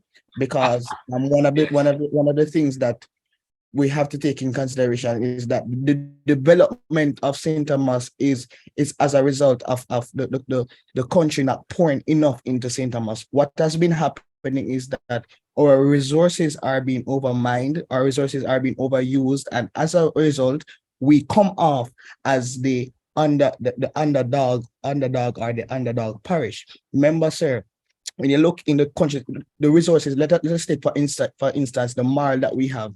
St. Thomas has a rich rich land marl, and this is the marl that they take to develop the cities that we have. If you look at the current development of the road in St. Thomas, the amount of marl that we have, we could have built hundreds and hundreds of roads and stuff. It is a lot. And what has been happening, we have been overmined, we have been used and stuff, and so as a result, and the stone as well, Sean. Yes, the stone. The stone and stuff. I understand that. So you said, okay, great. So you said you've been overmined, but yes, that's so people are taking advantage of. Right, sir. But when it comes on to the whole richness of St. Thomas, we have some of the best farms and the best resources, and because a lot of times what would happen is that the farms, I've seen farms nowadays because of the all right. Let me. But just so you know, by the way, and I understand what you're saying. Who is that? Roshan. Who is that speaking? Roshan. And I understand what you mean, Roshan. When I say Jamaica, when you look at the data, studies, I'm not speaking from the top of my head, but the most recent indicators from what I'm seeing from the economic report coming out of Jamaica, from the Jamaican government and from when you look at Bank of Jamaica in terms of financial reports, in terms of that side of the island, look at the agricultural sector, you look at poverty indicators and so on, and agricultural numbers and so on. It's that particular part of the island seems to be, in terms of one of the least in terms of its competitive. I wanted to finish a statement. Numbers. Yeah. I wanted to finish a statement. Yeah, go ahead. There is something that I really wanted to point out. Yes. The water that we use in St. Thomas is not from the area that I live and the surrounding areas. The water that we get is not from the Yalas River. What happened is that there is. I went earlier in high school. We recognized that we went up to the top of the river, and there's a dam that blocks off the flow of the water because there's a bridge that connects. And the water runs straight to the sea. They block off all of that. All of that water is sent to a treatment plant, which goes into Kingston. St. Andrew, sorry, Upper St. Andrew. So I'm showing you that a lot of our resources are being overused, and we are not benefiting from all of these things that are happening. So yeah, that's it runs in the Mona Dam. Right. Yeah. Okay. Who said that? That's Karen. Karen, let me see. Rashawn, let me see what you look like. And Karen, and who else? And who didn't? And Shireen. I think Shireen spoke earlier. So that's Rashawn. Nice. Karen, nice to meet you, Karen. And who? Bless you, sir. Bless you, man. Hold up. Okay, good. What? So I'm actually driving, so you won't see me so well. Sir, and Christine as well, sir. My son is handling the phone, not me, because no police giving me a ticket to be holding the phone. Okay. Give me no ticket, though. Karan, because you're all right. The ticket says Karan. Guys, I love this guy. Okay, Washawn, Karen, how do you, and who else? Who haven't spoken? And Mary, I see your hand, but some of you haven't defined Jamaica yet. Who is next? Karen, you're on the screen. Give me a definition. How do you define Jamaica? Jamaica is one of the most beautiful places, one of the most resourceful places in the English-speaking Caribbean. The problem that we have with our country is that it is mismanaged, and I am speaking from the perspective of being out there and having the opportunity to interact with, some of the powers that be. It was just yesterday I was in St. Anne, and my aunt who is Jamaican but has been living in the United States for the past 30 enough years. So she can't understand for the life of her. How is it that we are not maybe, or the people, right? The lower class people, how is it that we undergo so much oppression and hardship? Whilst we have maybe the most, if not the most resource coming out of Jamaica, and I'm talking about like in terms of what we have to offer, the tourism, the people, the sunshine. And we know a lot of other Caribbean countries may have that, but there's something about Jamaica that if it is marketed properly, I'm telling you, this would be a destination where every single person wants to come into. The food, you know, the music, all of this can be a resource that helps to boost the economy and to turn Jamaica into somewhere where, you know, everybody would want to come. It would be on everybody's bucket list. But the truth is that the country is so mismanaged because of different stuff. I mean, we could speak to nepotism, we could speak to greed, we could speak to, you know, go back to colonization where our same brothers and sisters were the ones that brought us to the slave masters and owners, you know, and the exploitation. And so this is what Jamaica has been undergoing over the past maybe 40 years, maybe 5 decades. Jamaica has been undergoing this. Our politicians, you know, as again, nepotism, when you check on both sides, it's family on both sides. And everybody that is coming in is connected to somebody that is either there or was there. And the resources keep turning within that particular circle. And I'm telling you, firsthand, I know. I could tell you about the Prime Minister right now. I could tell you about the Commissioner of Police. I could tell you about, you know, the people that they put in place in certain strategic areas to keep certain people oppressed and certain people always overflowing monies, the business folks. I mean, I wouldn't trade Jamaica for anywhere. But when it comes down to how Jamaica is being run, I'm telling you, sometimes when I see people pack up them stuff and say, I'm not looking back to this place, I can understand it's not for Jamaica, but it is for the persons who are administering in this country. And I'm telling you, sometimes it causes me to feel as if I want to cry. But let me tell you, I like to, you know, you guys are actually, that's quite interesting. You guys are providing a eulogy of Jamaica in the sense that, but what constructive criticism in it, but we're not really being very, very constructive, but in a sense we are. But what you guys are saying is that because constructive means to build up. So it's when you are being constructive, you are finding fault with the issue, but then you're also providing solutions. That's the difference between just criticizing and constructive criticism. So constructive criticism provides solutions to the problem. It builds on, and that's the difference. But you guys are saying that part of Jamaica, you guys are defining Jamaica as a country with what I'm hearing so far, a lot of opportunities, a lot of resources in Jamaica, a lot of culture, so on and so forth, and beauty and so on. But part of Jamaica's problem, based on what I'm hearing from Karan and so on, is this mismanagement. I mean, Jamaica has a lot of influence, and of course, stemming from what Hanif had said, is that we have been blessed. We have a lot of resources, but there's not, when you look at the returns, it's not there. But then Karen now picks it up and says, mismanagement, nepotism, or what we call connectionism, okay? Connectionism, which is capitalism. And what we did was to inherit that kind of capitalism. So, you know, so we are now independent. And what we did was we ceremonially got our independence. In other words, it was gifted to us on the paper as if all men aren't free, as if all nations aren't free. Why we have to get on the paper? Anyway, that's for another argument. Anyways, so Jamaicans themselves have caused the demise of Jamaica because of mismanagement. Now, I was reading some of the chats. Some people said, we are to be blamed. Okay, and I said that in an article in a previous class. Some Jamaicans say, we are to be blamed. Jamaicans are to be blamed. And then you say, okay, we enslave our Black brothers and sisters, you know, and so on and so forth. We are it's some nepotism and so on and so forth. And we are to, so that's great. Thank you so much. That's powerful. Powerful, Karen.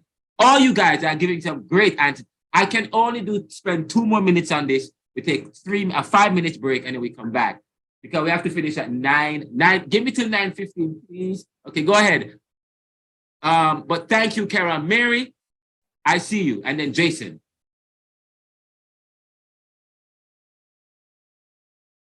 Neoliberalism. Sir, when you talk about the banana plantation, what I can remember as a child. Let me see your face. Let me see what you look like. Sir, what I can remember as a child, right? My father used to do farming he was a farmer, right? And he used to cut the banana and take it to you call it the boxing house, like every Thursday. So you would call him a small farmer. So he would have the opportunity to sell his banana to the boxing plant, right? So in my thinking now, this stop, right? So when the small man could get some money in his pocket from his farming, the banana just stop. They stop exporting banana. So what does the small man do? So it would be, in my thinking, it would be, you could say the richer will be richer and the poorer will be poorer. And we in a system where they call it capitalism. So the private man want to own everything so them can get the profit, which the small man get nothing. So when they stop the banana exportation, then the small man feel it because him can't go selling banana again to get anything. So who benefits? Yes. So in my thinking, this is a way, what you say, the capitalism, the private man want everything. And if him can't get everything, then the small man get nothing. This is my view and my thinking. Wow, this is quite so interesting. If you notice, most of the things in Jamaica, as in farming, where the small man can get $1 in his pocket, they try to stop it. Yes. You know, so the struggle still go on. You said they try to stop it. So the richer will be richer and the poorer will be poorer. You said they try to stop it. Who is they? Well, you know, most of the things, well, if it's not the government control, you have private. So these set of people who come together, the planners, I don't know what you call them, you know, they come together and then say, oh, well, the small man, well, them can get the money in their pocket. Well, we could lock down the banana industry and the sugar industry. Because what? People must stay poor all the time. I see what you're saying. What you're saying is that, especially, that was one period in Jamaica in the 1990s, when I think Bill Clinton was became president, and they developed NAFTA, the North American Free Trade Agreement. And you might be hearing that now they have reauthorized NAFTA. You guys, you can type in NAFTA and read it. They have reauthorized NAFTA so that you can read. NAFTA really affected Jamaica and the banana industry significantly. It helped to deepen Jamaica's economic problems, and Jamaica depended heavily on the proceeds that come from exporting banana. And when that stopped, nothing was done. And that's the thing we're talking about, that I hear Mary talking about. There was no planning. Fine, they stopped the export, or we weren't getting that preferential treatment because of NAFTA. Now you have Chiquita banana in Jamaica.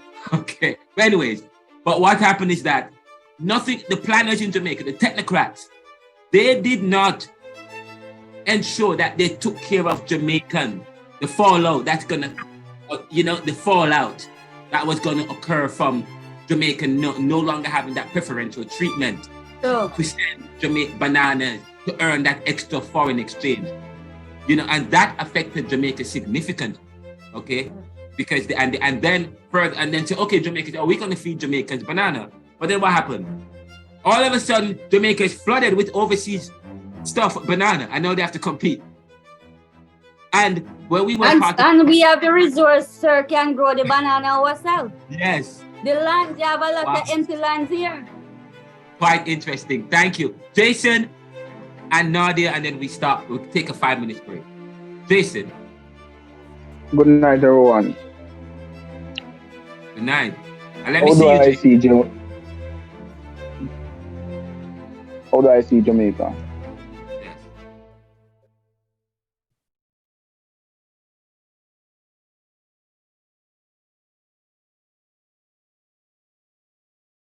Are you talking? His mic is muted.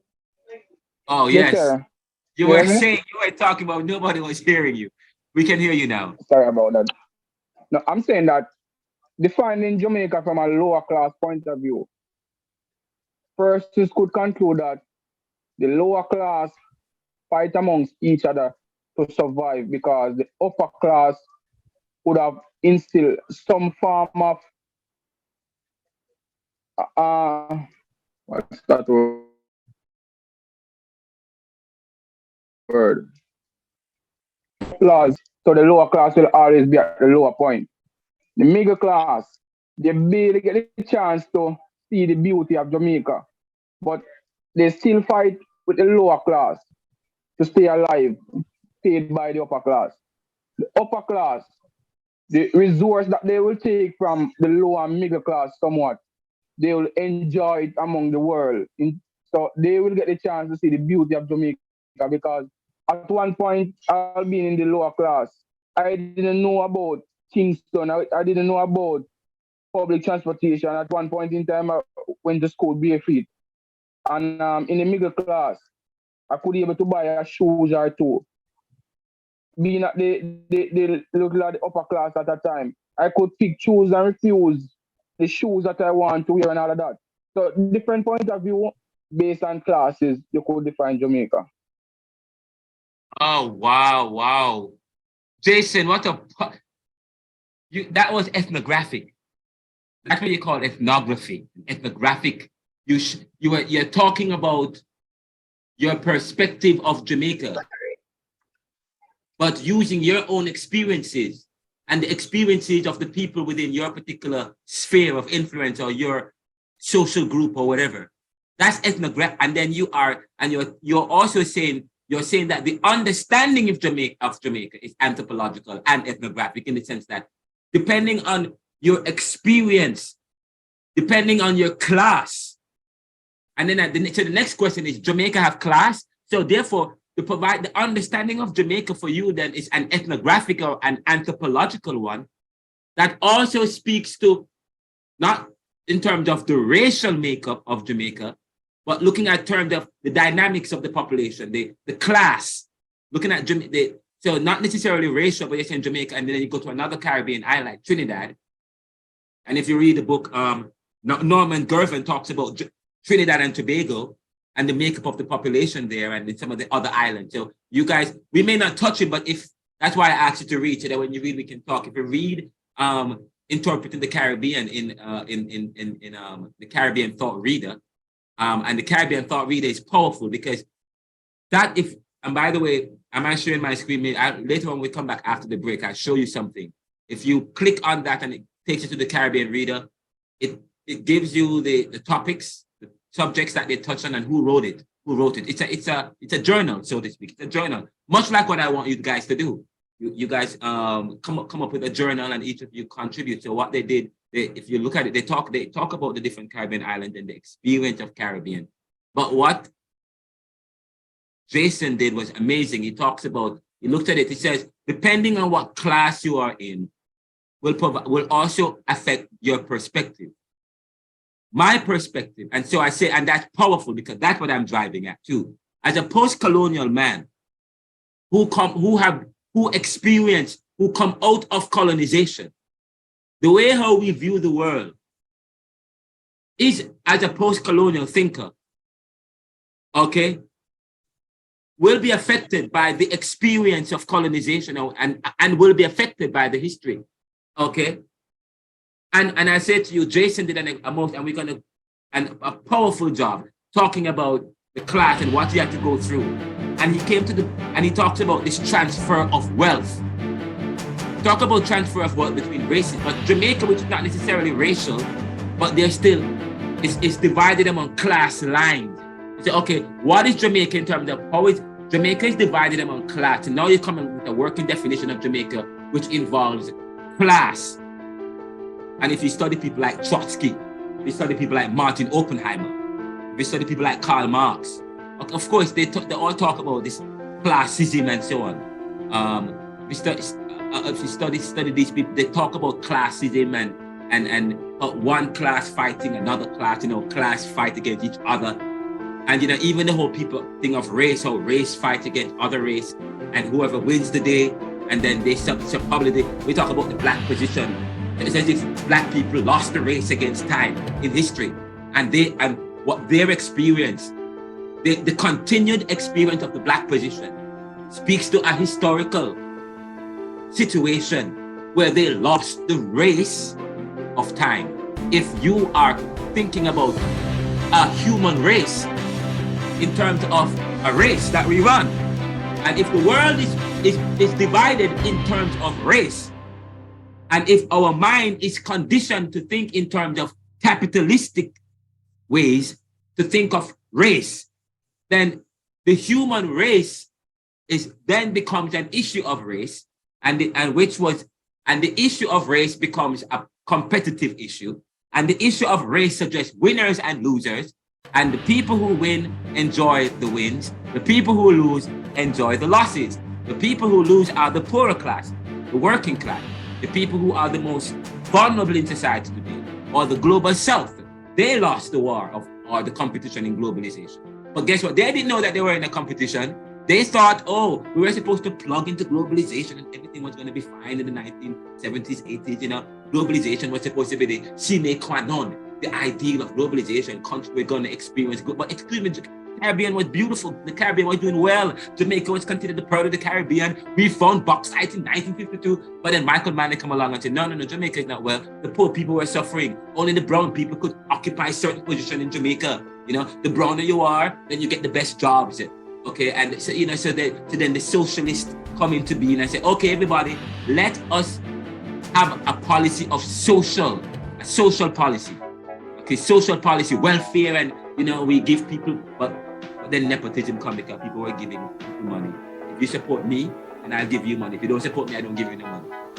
Even with JLP and PNP, if PNP win, then most of the resources is directed at those communities that voted for PNP. If JLP win, even in terms of politics. And I say to you, that's what has dogged many of the Caribbean and colonial countries, because they come out of colonization, come out of slavery, out of colonization, and they continue the same thing. Okay, and just so you know, Singapore was a problem for the post-industrial nation. Singapore wasn't supposed to be rich. Singapore wasn't supposed to be developed. They missed it. They missed Singapore because they were so far. But if they had known, they would have probably created, no, this is a conspiracy theory, created a situation where that Singapore should have been a dependent capitalist country, but they missed Singapore. So Singapore did things that other Caribbean countries didn't do. The reason why globalization the kind of neoliberal globalization didn't affect Singapore economically in the way that Singapore, in the way it didn't affect Singapore, because Singapore went off limb. Okay, and they have a different kind of society. The society, when you start to study the Singapore, and they are kind of very disciplined, and they don't come out of slavery, they don't come out of colonization and so on. But not only that, but they did off-the-cuff things. They were constricted to follow the rules, but they never followed the rules in the way that they were told to follow the rules. But the Caribbean people, we are so religious. We want to be seen, we want to be British or whatever. We want to keep within the molds of the Europeans. So we follow the rules. Why they never follow the rules. That's what you call neoliberalism. That's the bureaucratic phenomenon. That's pharisaical. That's duplicity. Do as I say, but not as I do. So that's what has dogged the Caribbean. The Caribbean, they stopped their guns. They operated within the mold. But Singapore, they didn't follow the rules. Barbados, same thing, but they didn't. In a sense, they did, but they did other creative things.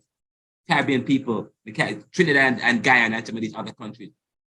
If you watch the movie the documentary film Life and Death, one of the respondents, the commentator said Jamaica, the leaders were weak, need, and lack vision. They stuck to, or it could be that the benefits that they were going to get, they made negotiations with the technocrats of the Washington Consensus, the people from, and what so they make deals and arrangements and sign up, okay, and then the next thing you know, they are in Paris, they're in Miami having fun, and they're buying the big I remember one time in Jamaica, all these government officials, they be driving all these SUVs. I'm like, we are Jamaica. The government, they're driving in these big expensive, they get all this money and they're using it to buy big cars and big offices. That's where the money go. And big, and I'm like, that is not where the money should be going. But we'll talk more about that. That is quite powerful. It's quite powerful. We have much more to say about this. Much more to say about it. Yes, Nadia or Erica. Oh, Miss Campbell is here. Miss Campbell, powerful class today, man. Powerful. Are you going to say something? No, I was just saying some hands are off. Yeah. Yeah. Oh, Nadia, your hand is up, and Jason. So Nadia, go ahead. Good night, everyone. Good night, sir. Hi. Well, you said Welcome. a lot Oh, you. This is your first time I'm meeting you. Yes, Welcome sir. to the Yes, sir. class. Always on the road. Yes, man. Okay. Welcome. How are you? I'm doing fine. I'm doing fine. Thank you. You have said a lot of what I had wanted to say, but I'm going to, go ahead nonetheless. Yeah, man. Go ahead. Based on the discussion since night, what it has led me to, to think about is the fact that what colonialism has done to the country or to the Caribbean people, Jamaica especially, is that it has imprinted on our minds the need for classism to still exist as a way of survival. It's as if because and I say we lose the meaning, our ancestors coming down, because we have been cultured, quote unquote, to think that it's important for you to have a step down in terms of people and how the hierarchy operates. We have been forced into this mindset, whether it be subconsciously, of being afraid of necessarily stepping outside of the box and stepping into quote unquote success, because a lot of my classmates have spoken about the fact that Jamaica has a lot of resources and it's being mismanaged. So it just comes to me that all of that fear of properly putting together plans and sitting down to think about it as a nation, we haven't done that because we're still at the point of, in terms of slavery, when working on the plantations, for instance, yes, you worked and yes, you got, food or whatever it is that they would have used for pay, then it's still left in our mind the need for us to settle with the little that we have and to be quote unquote happy, be grateful that you're being given this and not necessarily as a country seeing the opportunities that are there outside being controlled. And so we have the classism system where those who are in power still think of themselves as the better set of persons. And so what they do is just to ensure that that same slavery mentality is continued throughout generations. And then these generations now that are being subjected to sitting down and taking what is given, we are then imprinting on our children the importance of being strict adherence to the rules as they were because of the consequences that may come from breaking the rules. And you see it's even in terms of our road traffic laws and such. The drivers on the road, our taximen and bus drivers, they behave in a certain manner when it is that they think that they're not being seen. And you hear somebody shout from up the road, police, and you see persons fall into the line. And all of this just comes from the fact that we have, as a people, lost our identity. And we have taken on the identity that our slave foreparents have taken onto themselves, that you're less than, and you're incapable of managing yourself properly, as it were. So all of the discussions just led me to think about all of that and to say that in essence, for us to see ourselves as an independent Caribbean set of people, we have to then reimagine what our identity is supposed to be in comparison to what we have been told or who we have been told that we are, so yeah. Quite powerful, and it's quite interesting that you should bring that up, because one of the class we're going to look at Rex Nettleford's statement, and you guys are going to have to write an essay about that in your groups, that not this week, but 2 weeks from now. Rex Nettleford, we're going to look at Rex Nettleford. He wrote something about the question of who we are and what we are in relation to the external. And actually, if you look at the lectures that I sent, it's actually in there. It's somewhere there, a document that I send you, Rex Nettleford's statement. You can copy and paste it in the URL. The question of what we are and who we are. He did an article about identity in Sage Journal. Sage Journal is an as academics, as college students, there are certain standards that we subscribe to. But because that we are post-colonial students, because we're Caribbean thought, we're skeptics, we're critical thinkers, we want to know We want to know the standards, but we don't want to stick to it. So I'm going to tell you, one of the standards is that academics, there are some things that have reputational value. Academic journals. So when you read, don't need to read Google, but be careful what you read. When you read, ensure that it's an academic journal that is backed by an institution, or read about the person as well. So that's important. So when you're pulling your perspective, or when you speak in academia, or when you speak professionally, and you want to use academic, and when you pull from a source, you want to say, according to Rex Nettleford in Sage Journal, and you found that because you access his reading from somewhere. So when you go to Google or wherever, and you're look for academic journals, okay? Also, you guys create an account with Academia EDU. Start facilitating your reading and your things. Create an account with blogspot.com, or Blogger News. It's free. Blogger News, bloggernews.com, or get an account with the Neoliberal, my company. Submit articles and journals. Start writing. The more you write, the more you improve. I told somebody the other day, I have my own company and I started from scratch, grassroots. And the more I grow, is the more the company grows. The company don't grow if I don't grow. Jamaica don't grow if the people don't grow. Okay? And so this course is geared towards helping to facilitate growth and development of thinking. What kind of thinking? Post-colonial thinking. What kind of post-colonial thinking? Excuse me, sir. Okay, yes. You can type those links in the chat that I mentioned just now, that you can join on while you're speaking. Many have never really been able to control themselves with the power of authority. And they have, who is that? Who is that? Hanif?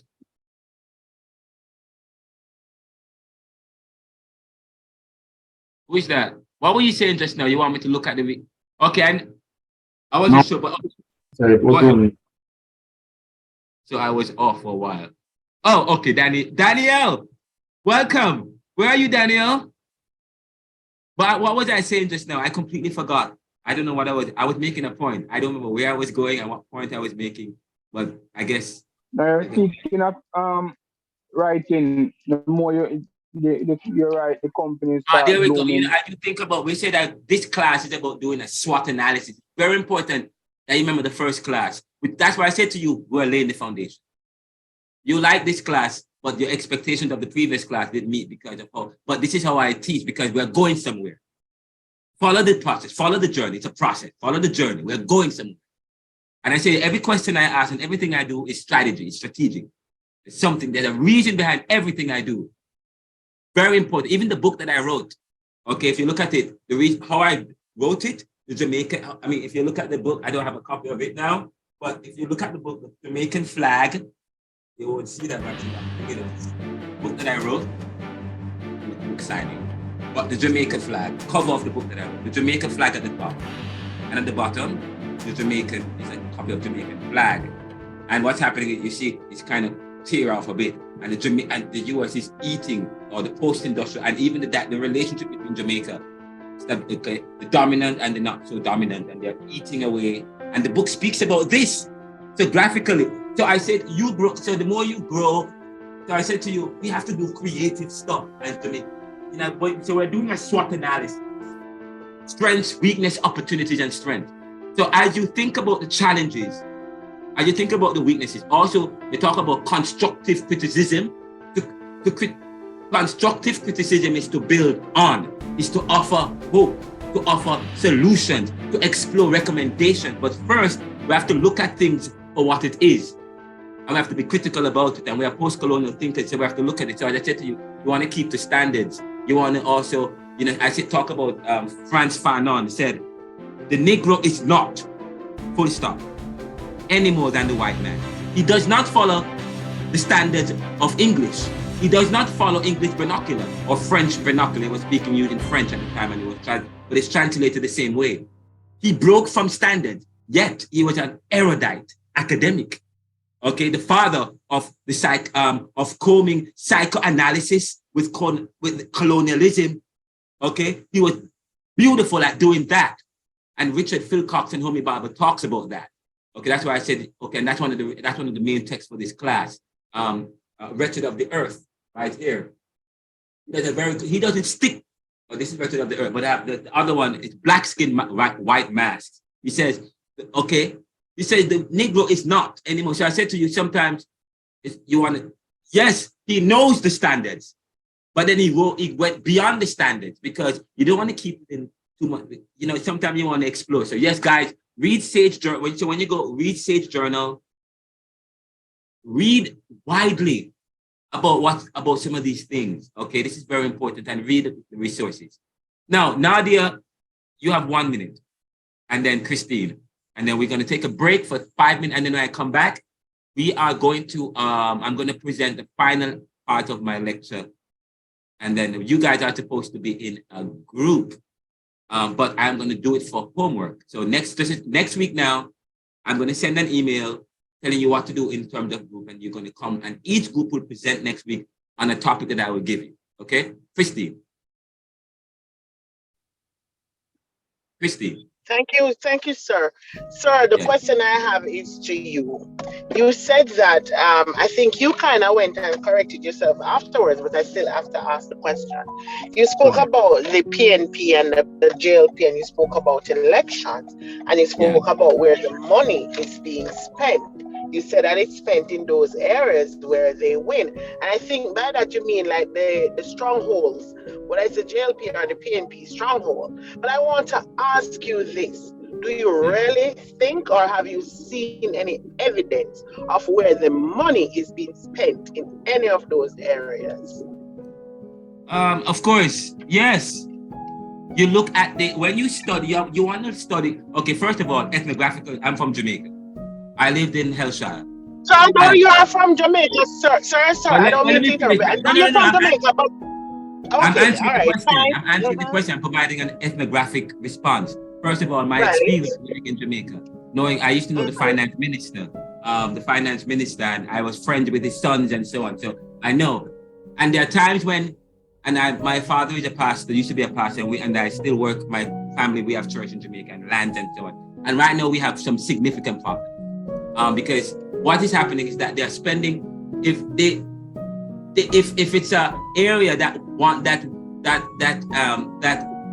where majority of the people voted for PNP, say for example, Denham Town, as against PNP, you find that a lot of the resources and programs, it does even here in the US, it happens almost everywhere. This kind of politics, where it's not necessarily a politics for the people, the politics for whoever wins, okay? And it is a general theory and understanding, not just by me and experience by, but Jamaicans everywhere, whoever wins the day, whichever party wins, or whether nationally or within local government. And that was, there were several articles in the 90s, in the 2000s, even today, that shows how even with Hellshire Heights and Hellshire Park scheme, and one part of the community was PNP, like PNP was Hellshire Park, Hellshire Heights, and those other areas was not. And so they said that, oh, no money is coming up. This is being spent in that community. So there was this competition in some community in Hellshire, and that was a situation we saw. Some people were JLP, some people were PNP, and some people also lost their houses. Houses were taken from people and given to other people. My parents experienced that. They used to have a house in Marine Park, and probably they would have lived in Marine Park, or we ended up living in Hellshire because my father had another property there because they lost their land. They took the land away, AJ Core or whatever his name is, and gave it to, and up to now, a lot of Jamaicans, I think in the 1980s, lost resources because of the political infighting that was going on in Jamaica, okay? Where resources were transferred from one group to the next because of how they did politically, okay? Sir. So yeah, so this is a well-known, yeah, go ahead. Sir, all right. So I think based on the words that you're using, or ethnographic responses, I believe the entire discussions this evening are based on our experiences or what we're seeing around us, right? And maybe in my ethnographic view, it's that the money being spent is no money being spent. Now, some whitewash to make the place look a little bit more presentable, to say people are doing something. It's not spending any money. So I work in government. So when I'm speaking, I'm not speaking from hearsay or just what I'm picking up here and there. I have evidence. I mean, I know this thing going on YouTube, so I have to keep my mouth shut about certain things. But sir, if you look at it, even if you didn't have any kind of inside information, when you look at it, giving somebody $500 to go vote, that is not spending money. They have money to spend, but money to spend in development of the areas, development, providing opportunities for growth and development. That is what is spending money. Giving somebody $500, $1,000 to go vote, or maybe the big man get $10,000 is not spending money. That is true. That is true. Well, yes. My response was to a particular question because I'm speaking general. I've said much. My response, I said maybe it's because the money is being targeted. We're talking, playing politics in terms of, and it happens everywhere. That is if the money is given. And in the back of my mind, before you talk, actually, whatever you said, you took it out my mouth. I was going to say, but the money is still not being spent to do the right thing. Even if money is being spent, they're giving a $200 or $300 as, just for temporary fix. But still, there were projects. There were reports, and by the way, if you read the cost of corruption, yes, you say, where do you get your evidence from? You read the cost of corruption. You read what people like Dr. Trevor Monroe and the studies that they have done.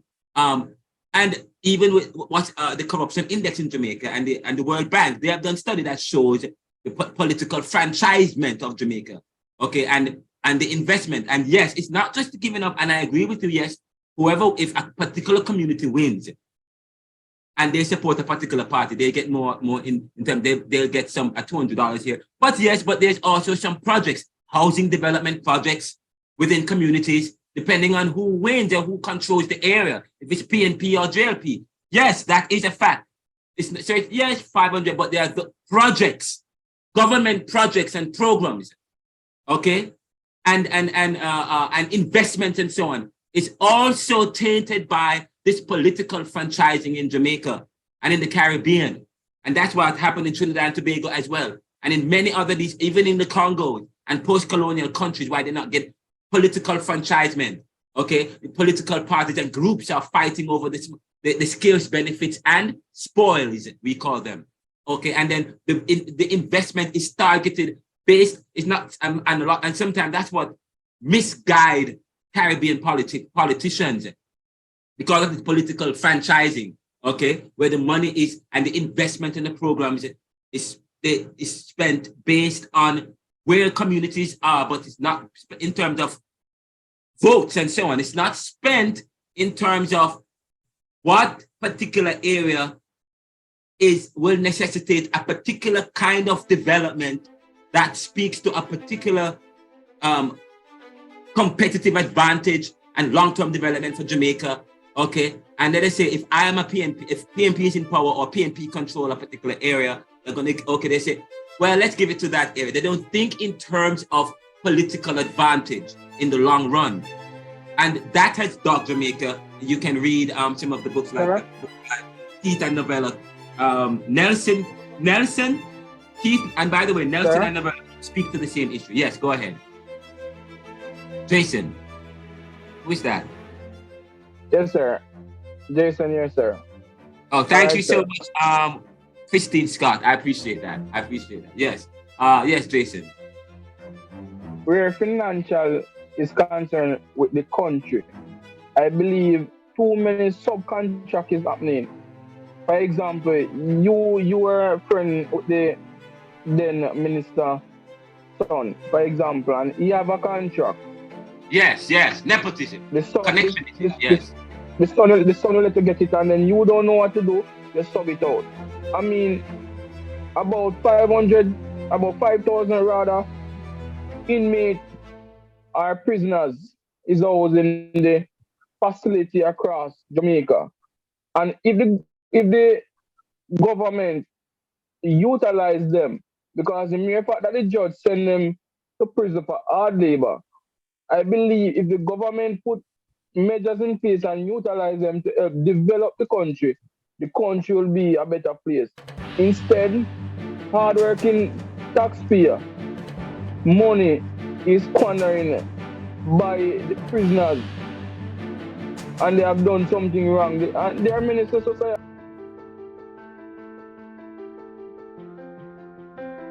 Jason, are you still talking? No, sir, finished. Okay, thank you so much. That was powerful, guys. We got to take a break quickly, 1 minute break, then we come back and I'm going to wrap up the class. The class will finish at 9:15. I apologize. I have to give a 15-minute lecture about a very important matter. Now, last week, I'm going to share my screen real quickly. There's something I really need to get. Yes. One more thing, sir. The links that you mentioned, if you could just type them in the chat, so I could have access to them to see. Okay, no, I will, the academia.edu and blogger.com. I want you guys, that's going to be your homework for next week. The homework for next week is to create a blog through bloggernews.com or submit a blog or submit a paper to a newspaper to get published. Bloggernews.com or blogger.com. You can also let me know, you can submit articles to the Neoliberal. Okay, submit, or if you are interested, I can create accounts for you to the Neoliberal and you can submit articles and I publish them. But or you do it yourself. Okay, and then the last two classes, we're gonna delve into how to create a podcast, and each of you will create a podcast. All right, how to create a podcast. I'm telling you, it's powerful. And then you can start talking. And Jamaicans, we are verbose, and we not? We are verbose. We are verbose people. So why we should be leading podcasts. I'm like, whoa, a podcast. This is where Jamaica could be leading in terms of our talk, because people love to broadcast on Jamaican stuff. This is what. So let me tell you, not only are we going to be thinking, but we're going to be expressing our thought through blogs. Create a blog, create a podcast. Okay, it's easy. I'm going to send you a link throughout this week about how you can free podcast, so you can access. Or YouTube has free stuff too. Okay, but this week, that's the homework. I'm not even going to give you anything else to do. In the groups, create either a podcast or submit to a podcast. Or you create a podcast or create a blog account or a podcast, and there are a lot of free accounts, and I could send you the links to them, or submit an article. And submit an article to Glean or whatever and get published. So please, that's your homework. Do that. That would be great. Now, that's one. Second thing is... Sir, one more poem, sir. Sorry? Sir. Oh, okay, you need a break. Okay, let's take a 1 minute break, and then we'll be right back. All right? The break starts from now. We come back at 8:50. As long as you guys decided you're going to stay with me for another 15 minutes. Now, okay? So we'll come back at 8:50. Is that cool?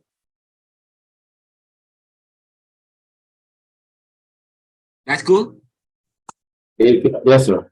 All right, great. So we're taking a break just for until 8:50. We'll be right back.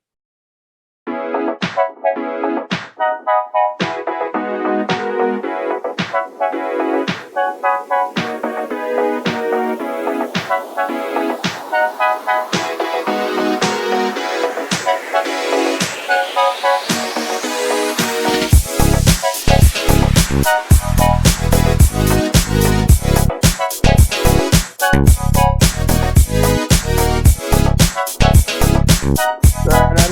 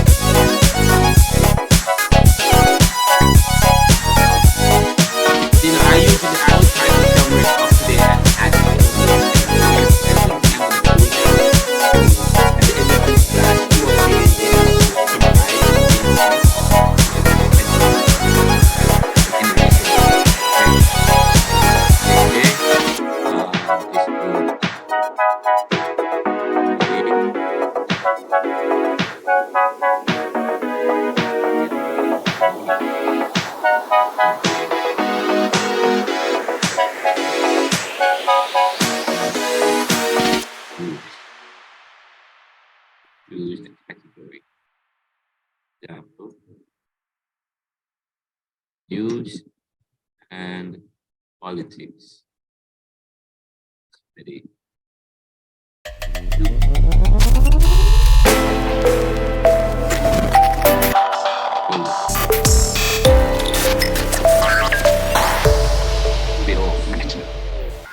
Caribbean fashion, whatever.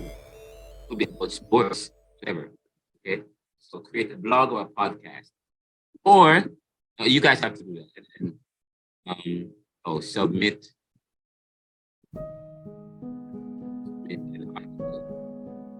an article or podcast for publication. And the Neoliberal or any media.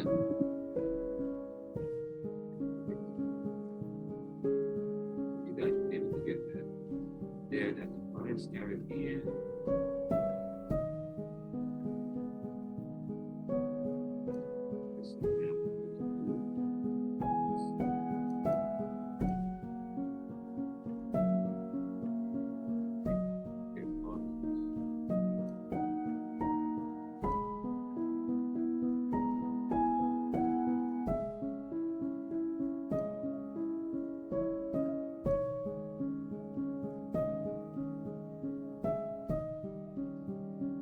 I want you to check out my website. I have a lot of staples. So if you go to this website, it's a lot.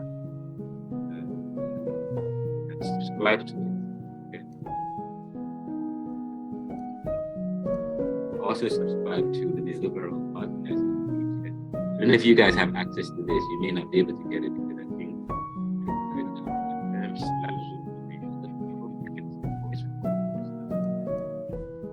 the other part. Now, I kept saying I'm going to send you. Oh, wait, that's not. Why didn't it come up doing this?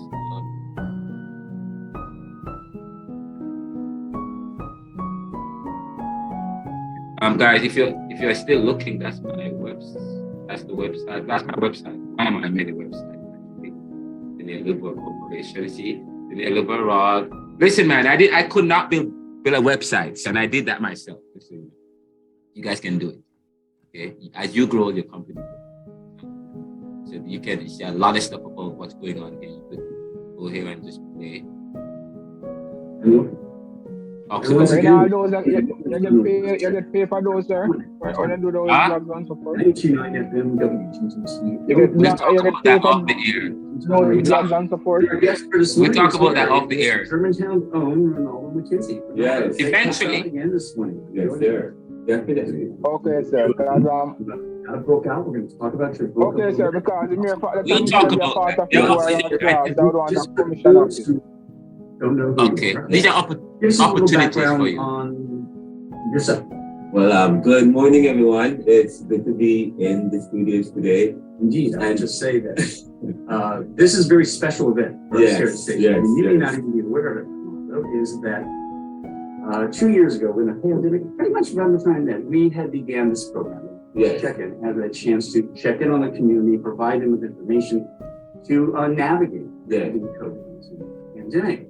And we have obviously, like many businesses and many organizations and event space, etc., we're unable to have our public come in and be part of our community. Obviously, we have protocols, such as your vaccination card, which you kindly shown me this morning and everything, so I'll pop on in here. But we are excited because this is the first time in the history of this program that we've had a live guest on. The show was created during the COVID time, so we've had people on virtually. So we actually have our first physical guest. So I don't know what that means in terms of our history, but you have the honor of being the first physical guest. Wow! Wow! And this is important, and this is good, and it's good to be here. I've been living in Philadelphia for a long time, especially Germantown. I mean, not a very, very long time because you get the accent. I'm from Jamaica, but I came here in 2009, and it has been quite an experience for me. I went to University of Pennsylvania, and when I got into University of Pennsylvania, that wasn't my plan to be at University of Penn. But I got in there, and I was able. 1962 now, sorry. I got into Temple and Drexel, and then someone asked me to apply to University of Penn. So anyway, I applied, and I got in. as a provisional student. And I think I was telling you this story some time ago. But I came from Jamaica. I already had gone to university. I was a pastor. I also worked as this national director. But when I came here, I brought all the skills and talent with me. And I wanted to go to the next level. And University of Penn really grounded me. And I did a research, and I was able to publish a book that looks at poverty, looks at inequality. And I think it was the book Life and Death, not the book, the Netflix film Life and Death by Jamaica Kincaid and Stephanie Black, which really given me this kind of interest in studying things that affects the human, because we are about promoting positive human opportunities for the human being and competitiveness and fairness. So I decided that we study that because I'm from Jamaica, what are the effects of globalization? Right. What creates that the dynamics in the world that causes brain drain, that causes that kind of global south, global north dynamic. When we talk about global south, we talk about the developing countries. We no longer use global south, and we no longer use third world. We no longer use third world, or we use global south, which is more inclusive word, because language is important, as I said to you. But I am about, currently I have graduated from Penn. I'm at Georgetown University with my doctorate of liberal studies, and I'm a student of liberal studies. And liberal studies speaks to issues of ethics and human value. Issues of ethics and human value, because and I would encourage anyone to be a student of liberal art. I study liberal art. I study things that challenge the development of human society, issues that challenge our progress. And I've been here since 2009, but I actually moved fully in Philadelphia, Germantown, in 2012. And it has been great. I'm a member of Phi Beta Sigma fraternity, and I have several friends in the community. I'm involved in our church. I go to the church at Old First Unity Church. At Fort and Race, I find that quite interesting. But what I find really, when I just came to Germantown, I was having a conversation with somebody. Germantown was ideal to me. There was something about the atmosphere. What about it that you connected? I'm from Jamaica, and the Germans, we have some kind of German history in Jamaica. And Germantown has that strong influence in terms of the aesthetics of the community. It's just the feel of the community, and then the people. The people. I'm going to be honest with you. I thought that of all the places in Philadelphia, Germantown was the less crazy place. No, I mean, of all the places in Philadelphia, I thought it was one of the communities I really was fascinated with. There is this inclusivity. There is this people. There is this diversity, and there's always something happening in the community. I believe when I came here, there's something that, and not only that, it's close to the suburb. It has this suburban feel. There's this openness. There's this space that you have, and so that's what I like about the air. And it's next to Lincoln. Maybe that's where the pond or the lake or whatever. That's where it's coming from. But the air, and it's hilly. And I'm from Jamaica, which is very mountainous and hilly, and I like that. It's not flat. So there's the atmosphere and the feel of it and the history. When I drive through Germantown, I feel like I'm in Trelawney. There's a place in Jamaica called Trelawney. So I feel like if I am in Trelawney, because it's the way in which buildings are constructed, it gives that same kind of feel. Yes, and another thing, and the next thing is the people are inviting. The people are inviting, easy to talk to, and I decided that this is where I want to settle in Germantown. Well, we're glad to have you in the community. And more importantly, you stopped in here this morning to spend some time with us here and check in. The name of the program, of course, is the Northwest Check-In. We invite the citizens of our community. Yes. Interesting going on culturally, civically, community-minded to check in and be part of the program. And we're just kind of touch on your book here. It's called Neoliberalism, Globalization, Income Inequality, Poverty, and Resistance. Just what you kind of alluded to what inspired it, and that was kind of growing up in Jamaica. Yeah. And combining, but it's not just about within Jamaica. It's more broad. Yes. Book, right? The book, and the book was reviewed by Kirkwood's Review and Online Book Club and several others. And I think some of the book reviewers would see, for example, Kirkwood's Review said that it's an erudite analysis. It's an erudite analysis of Jamaica's economic history. But I wouldn't. But it's not just about Jamaican economic history. It's look at the dynamics of human society. And sort of using Jamaica as a case study. Yeah. Just for those listeners who may be unfamiliar, can you kind of give us a brief history of Jamaica and why this is a good case study? It's a good case study because, say for example, Jamaica, and just so you know, Prince William and Princess Kate Barrett, they were in Jamaica recently, and there was this huge, some Jamaicans are for the monarchy. Jamaica is still, England is still a head of state. Queen Elizabeth is still a head of state, but Jamaica was a colony of Britain. But before so, the Spanish, Christopher Columbus discovered Jamaica in 1493, and we were a colony of Jamaica. And after that, the English took Jamaica from the Spanish, and they started slavery, or the slave trade, and sugar plantation.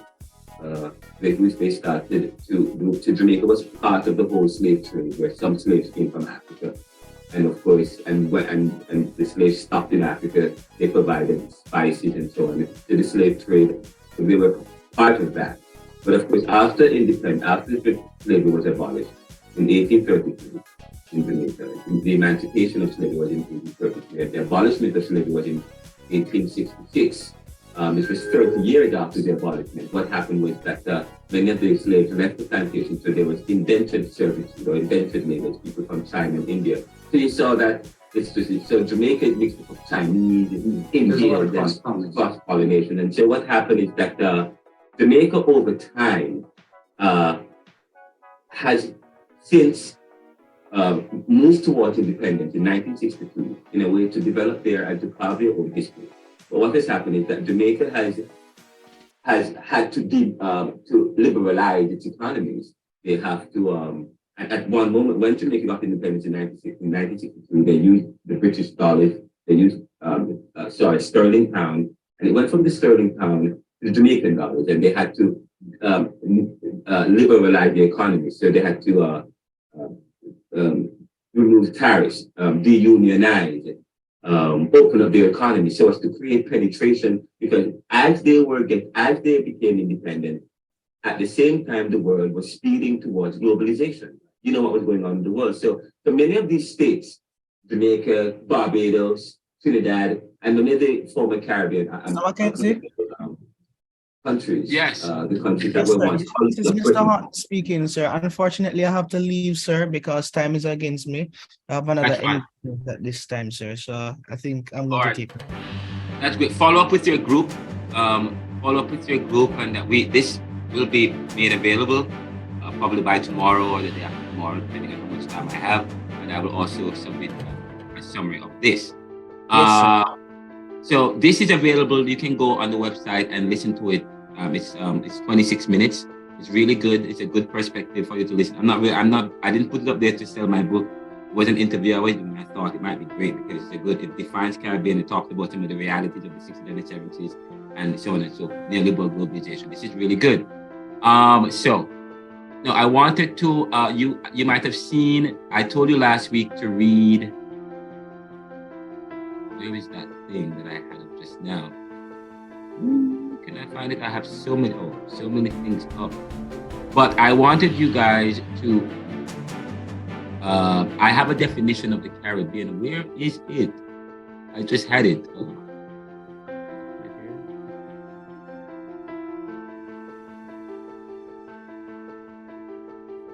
I was trying to, no, that's ResearchGate. You guys can go to ResearchGate. Fine. I was trying to find this.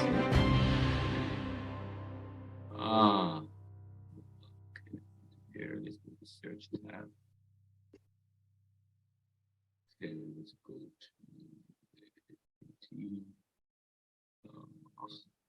here, the Caribbean thought leader. There we go. So I told you to read Norman Gurman's chapter, Reinterpreting the Caribbean. And it's from the book, New Caribbean Reader.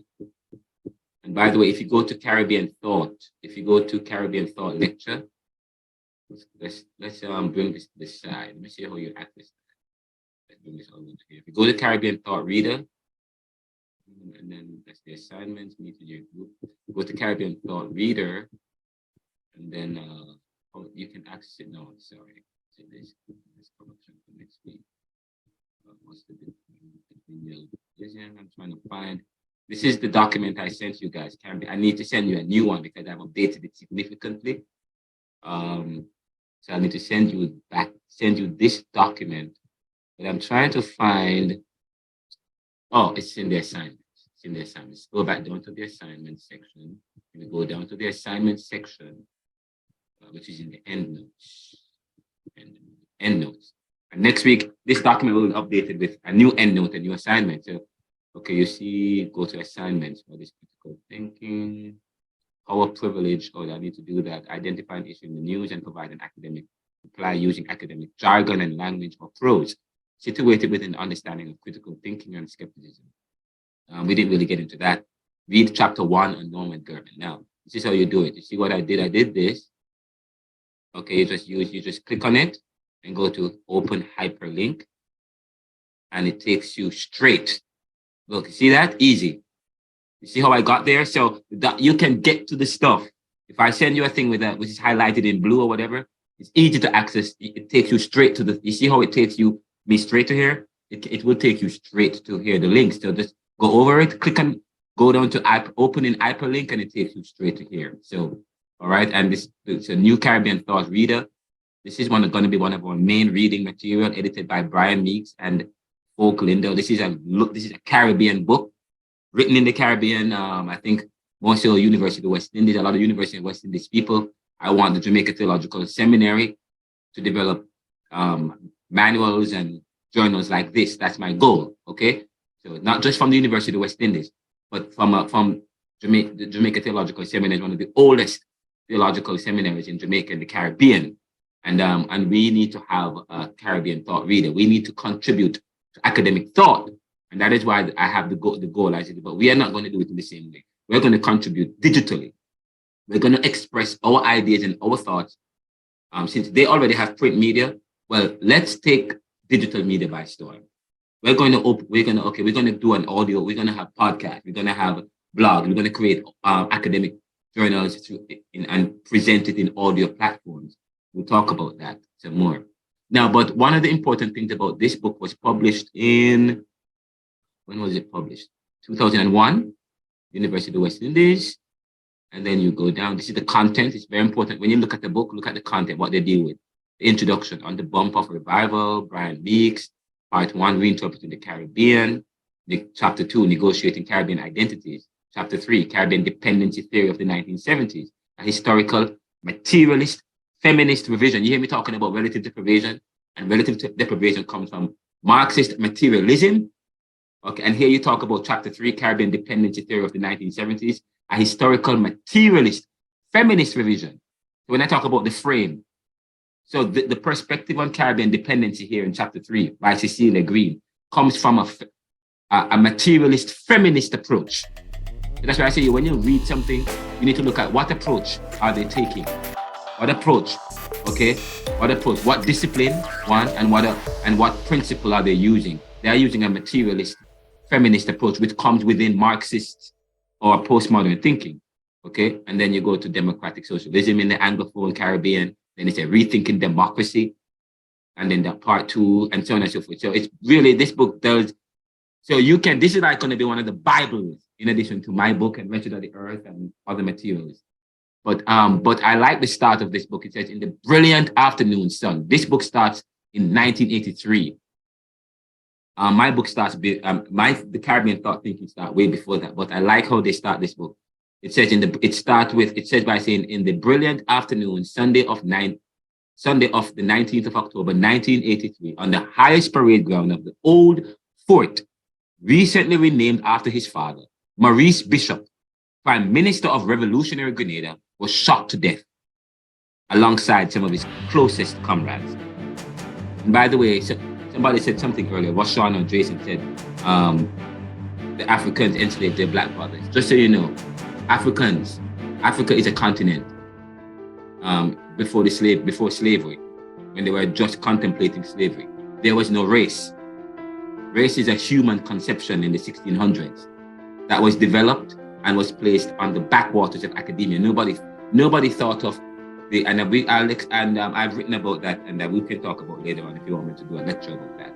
But race is a human. There was no idea about race before the 1600s or the late 1500s going to the 1600s. And when it was developed, it was a theory like Darwin's theory, and it was in the back pages. But when they developed, when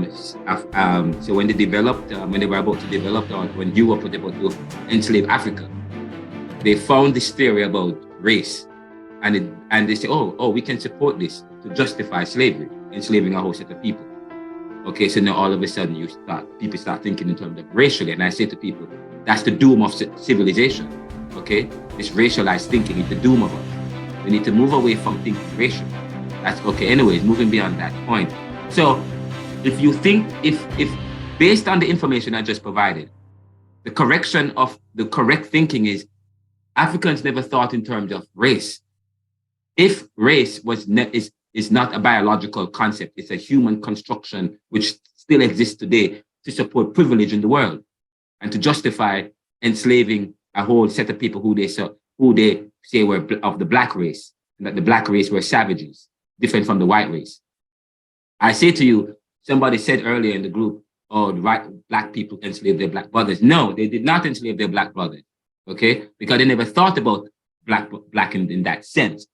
They were very tribal, much as our Europeans, where you have French, and there was tension between the European countries. There was tension among the African tribes. And they never saw them, they never said, oh, my black brother. They never saw it like that. They were on an African continent, and each of those African continents had tribes, and those tribes were sovereign nations, so to speak. Or they didn't think in terms of nation, they were very tribal. They were tribal, okay? So that tribal thinking, so they were in tribes, and everybody, they had their own chiefs and their own system of governance, and they were all fighting for dominance. Okay, so when you say, well, their black brothers enslaved the other, no, they did not really. It wasn't like that. They didn't think in terms of black brothers. They think tribally. So they were tribal. So no, they did not enslave their brothers. Okay, they enslaved another tribe that they were competing against. But the thing is, the Europeans were very smart. Okay, because they went into Europe and made deals with one African country.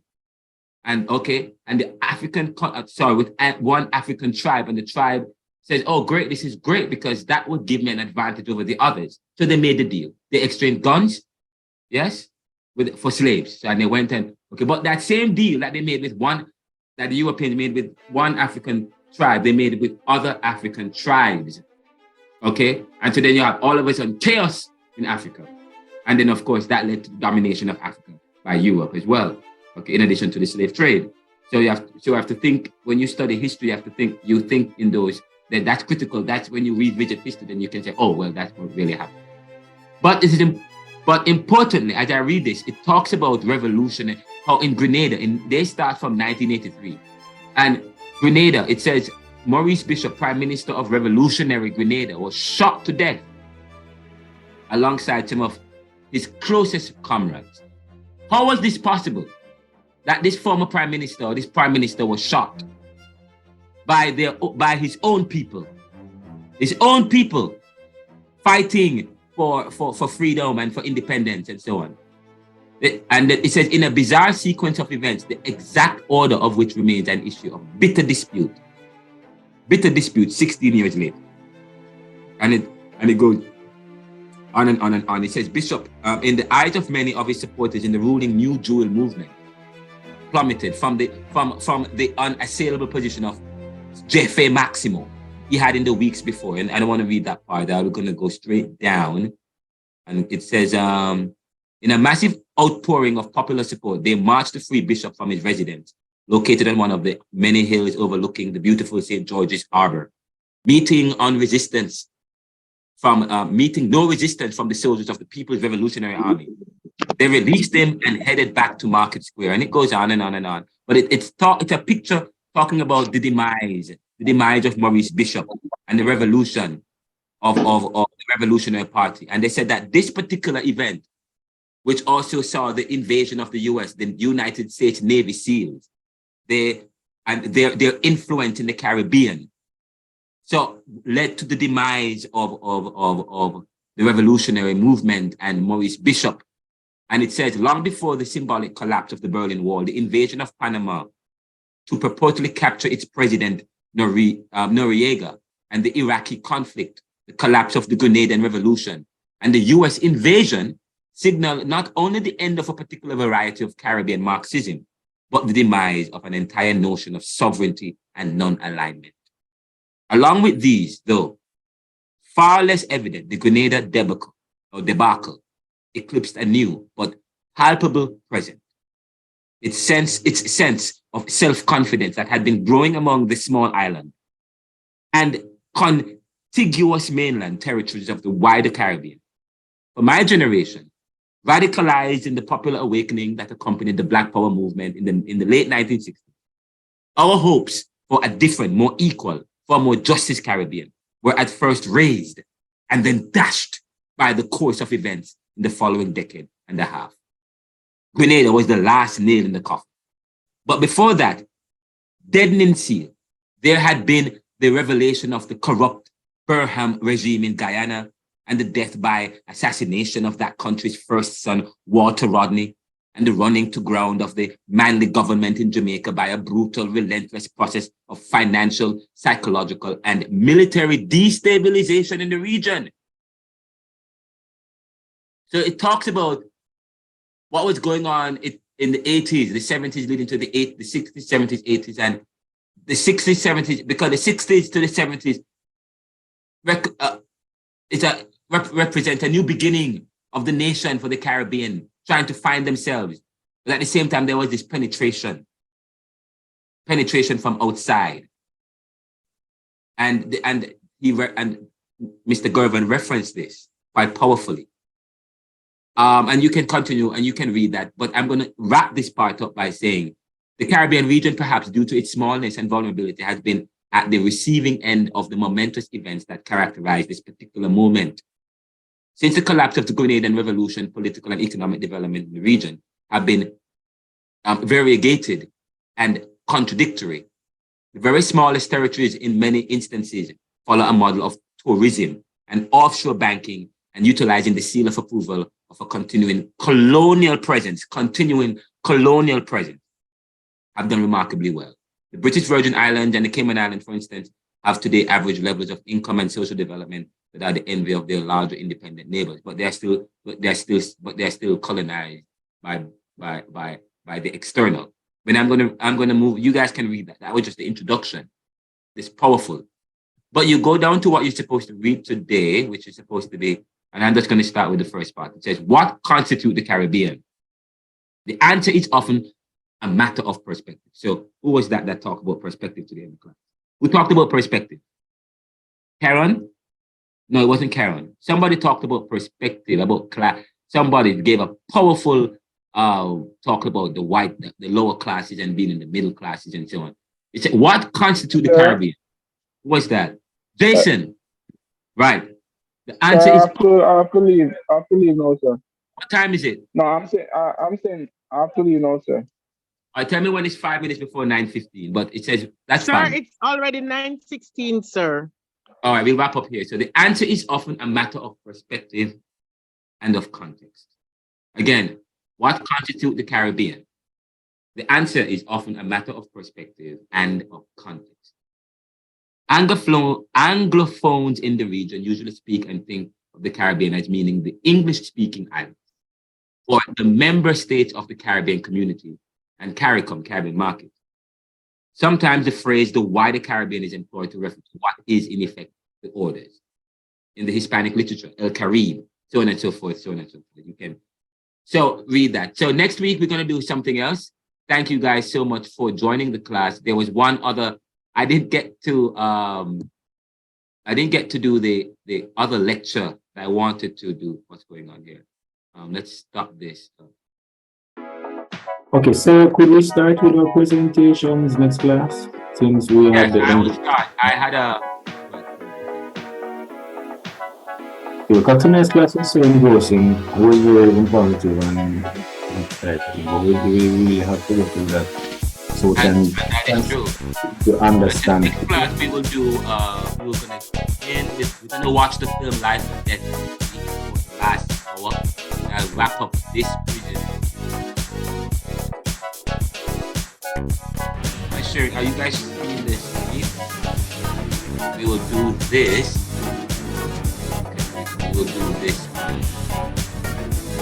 We will get in this for the question.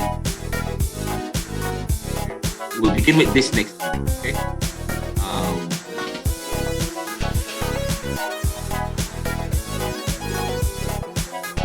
By the way, I said unemployment.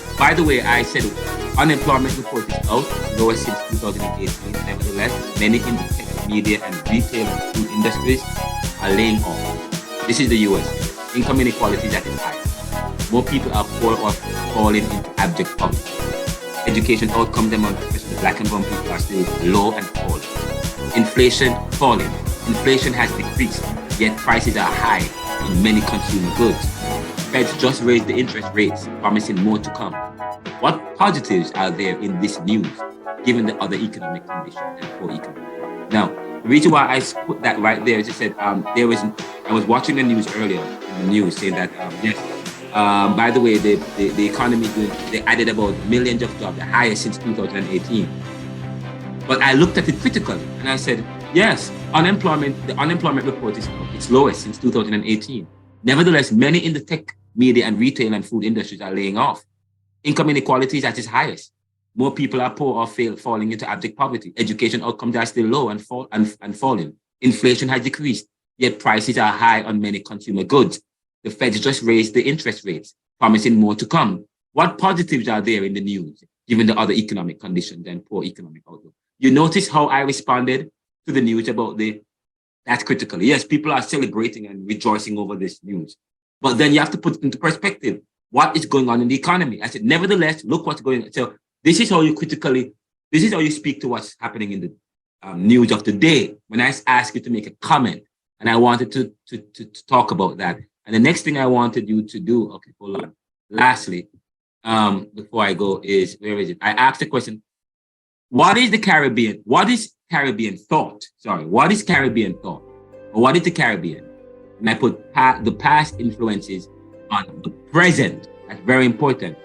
And I say to you that this is a question of being. And I'm going to end with this. What is the Caribbean? This is the last 2 minutes. I will end here. What is the Caribbean? This is a question of being. As much as it is a question of tradition, culture, and thinking. But it is also a question about the place and peoples of the Caribbean. It represents or part of a new world with new people, islands of paradise in the Americas, with language, history, culture, religious consciousness, politics, and economies that are inherited, that are inherited from its mixed past. When we hear of Caribbean today, we think of beautiful islands of paradise with sun, sea, sand, cannabis, Bob Marley and reggae music, Usain Bolt, Irish people living out their best dreams, desires, and but neoliberalism, globalization, income inequality, poverty and resistance challenges this motif, this prevailing idea, stating that the Caribbean is made up of dependent, vulnerable states whose beauty is divorced from its people and enjoyed mainly by those outside of it. Further, the Caribbean represents people who have been disrupted, detached, displaced, hybridized, and made into dependent capitalists with some level of modernity to promote consumption. within the neoliberal globalized, which is largely, what do I have here? Which is largely a consumer society. That's the last point. Again, I end with this. What is Caribbean or Caribbean? This is a question of being as much as it is a question of tradition, culture, and thinking. But it is also a question about the place and peoples of the Caribbean. It represents part of a new world with new people.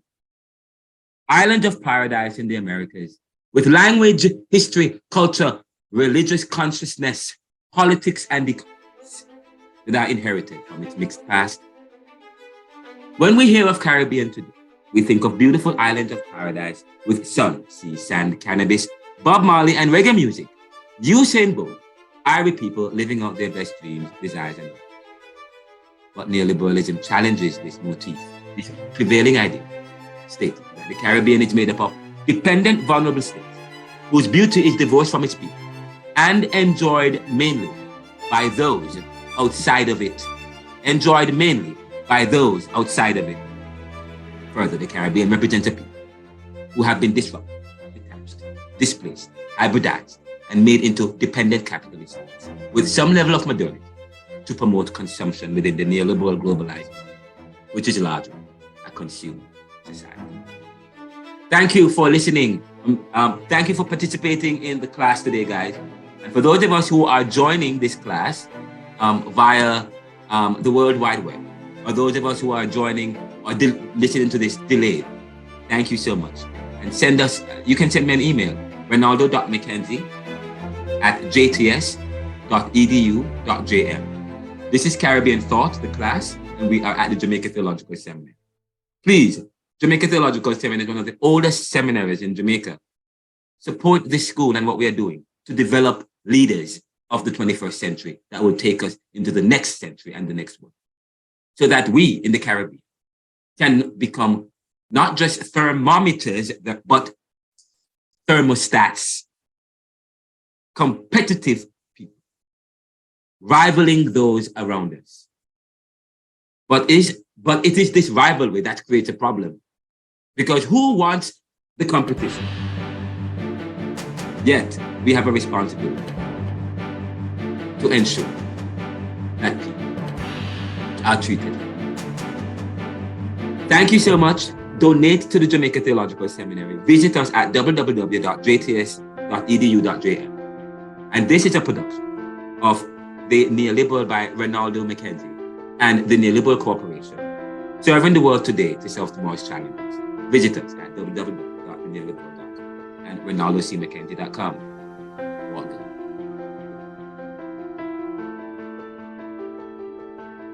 Bye, guys. Thank you and good night. You guys were awesome. This is one of my favorite classes. And I will send you a summary of this class. And I will also send you the homework and the expectation and the reading. You'll get that, okay? Okay, so thank you so much. Take care, walk good. And thank you, Miss Campbell, for joining us for this class. All right. All right, sir. Take care. See you then. Looking forward to the communication in the email. Yeah, man. Definitely. And the chat, you guys were talking in the chat. So, and I actually, the Zoom recording, they also send me a copy. They send me a copy of all the chats, all the talking points. So I'm going to put that together in a nice voluminous document close towards the middle of the semester. I can't do it now because I have a lot of chat and talking that I have to transcribe. But you guys will get all of that. And I said to you, you guys are all going to pass. You guys did well. Blessed weekend, sir. Yeah, man, you guys did so well today. I love it. Take care. Wonderful.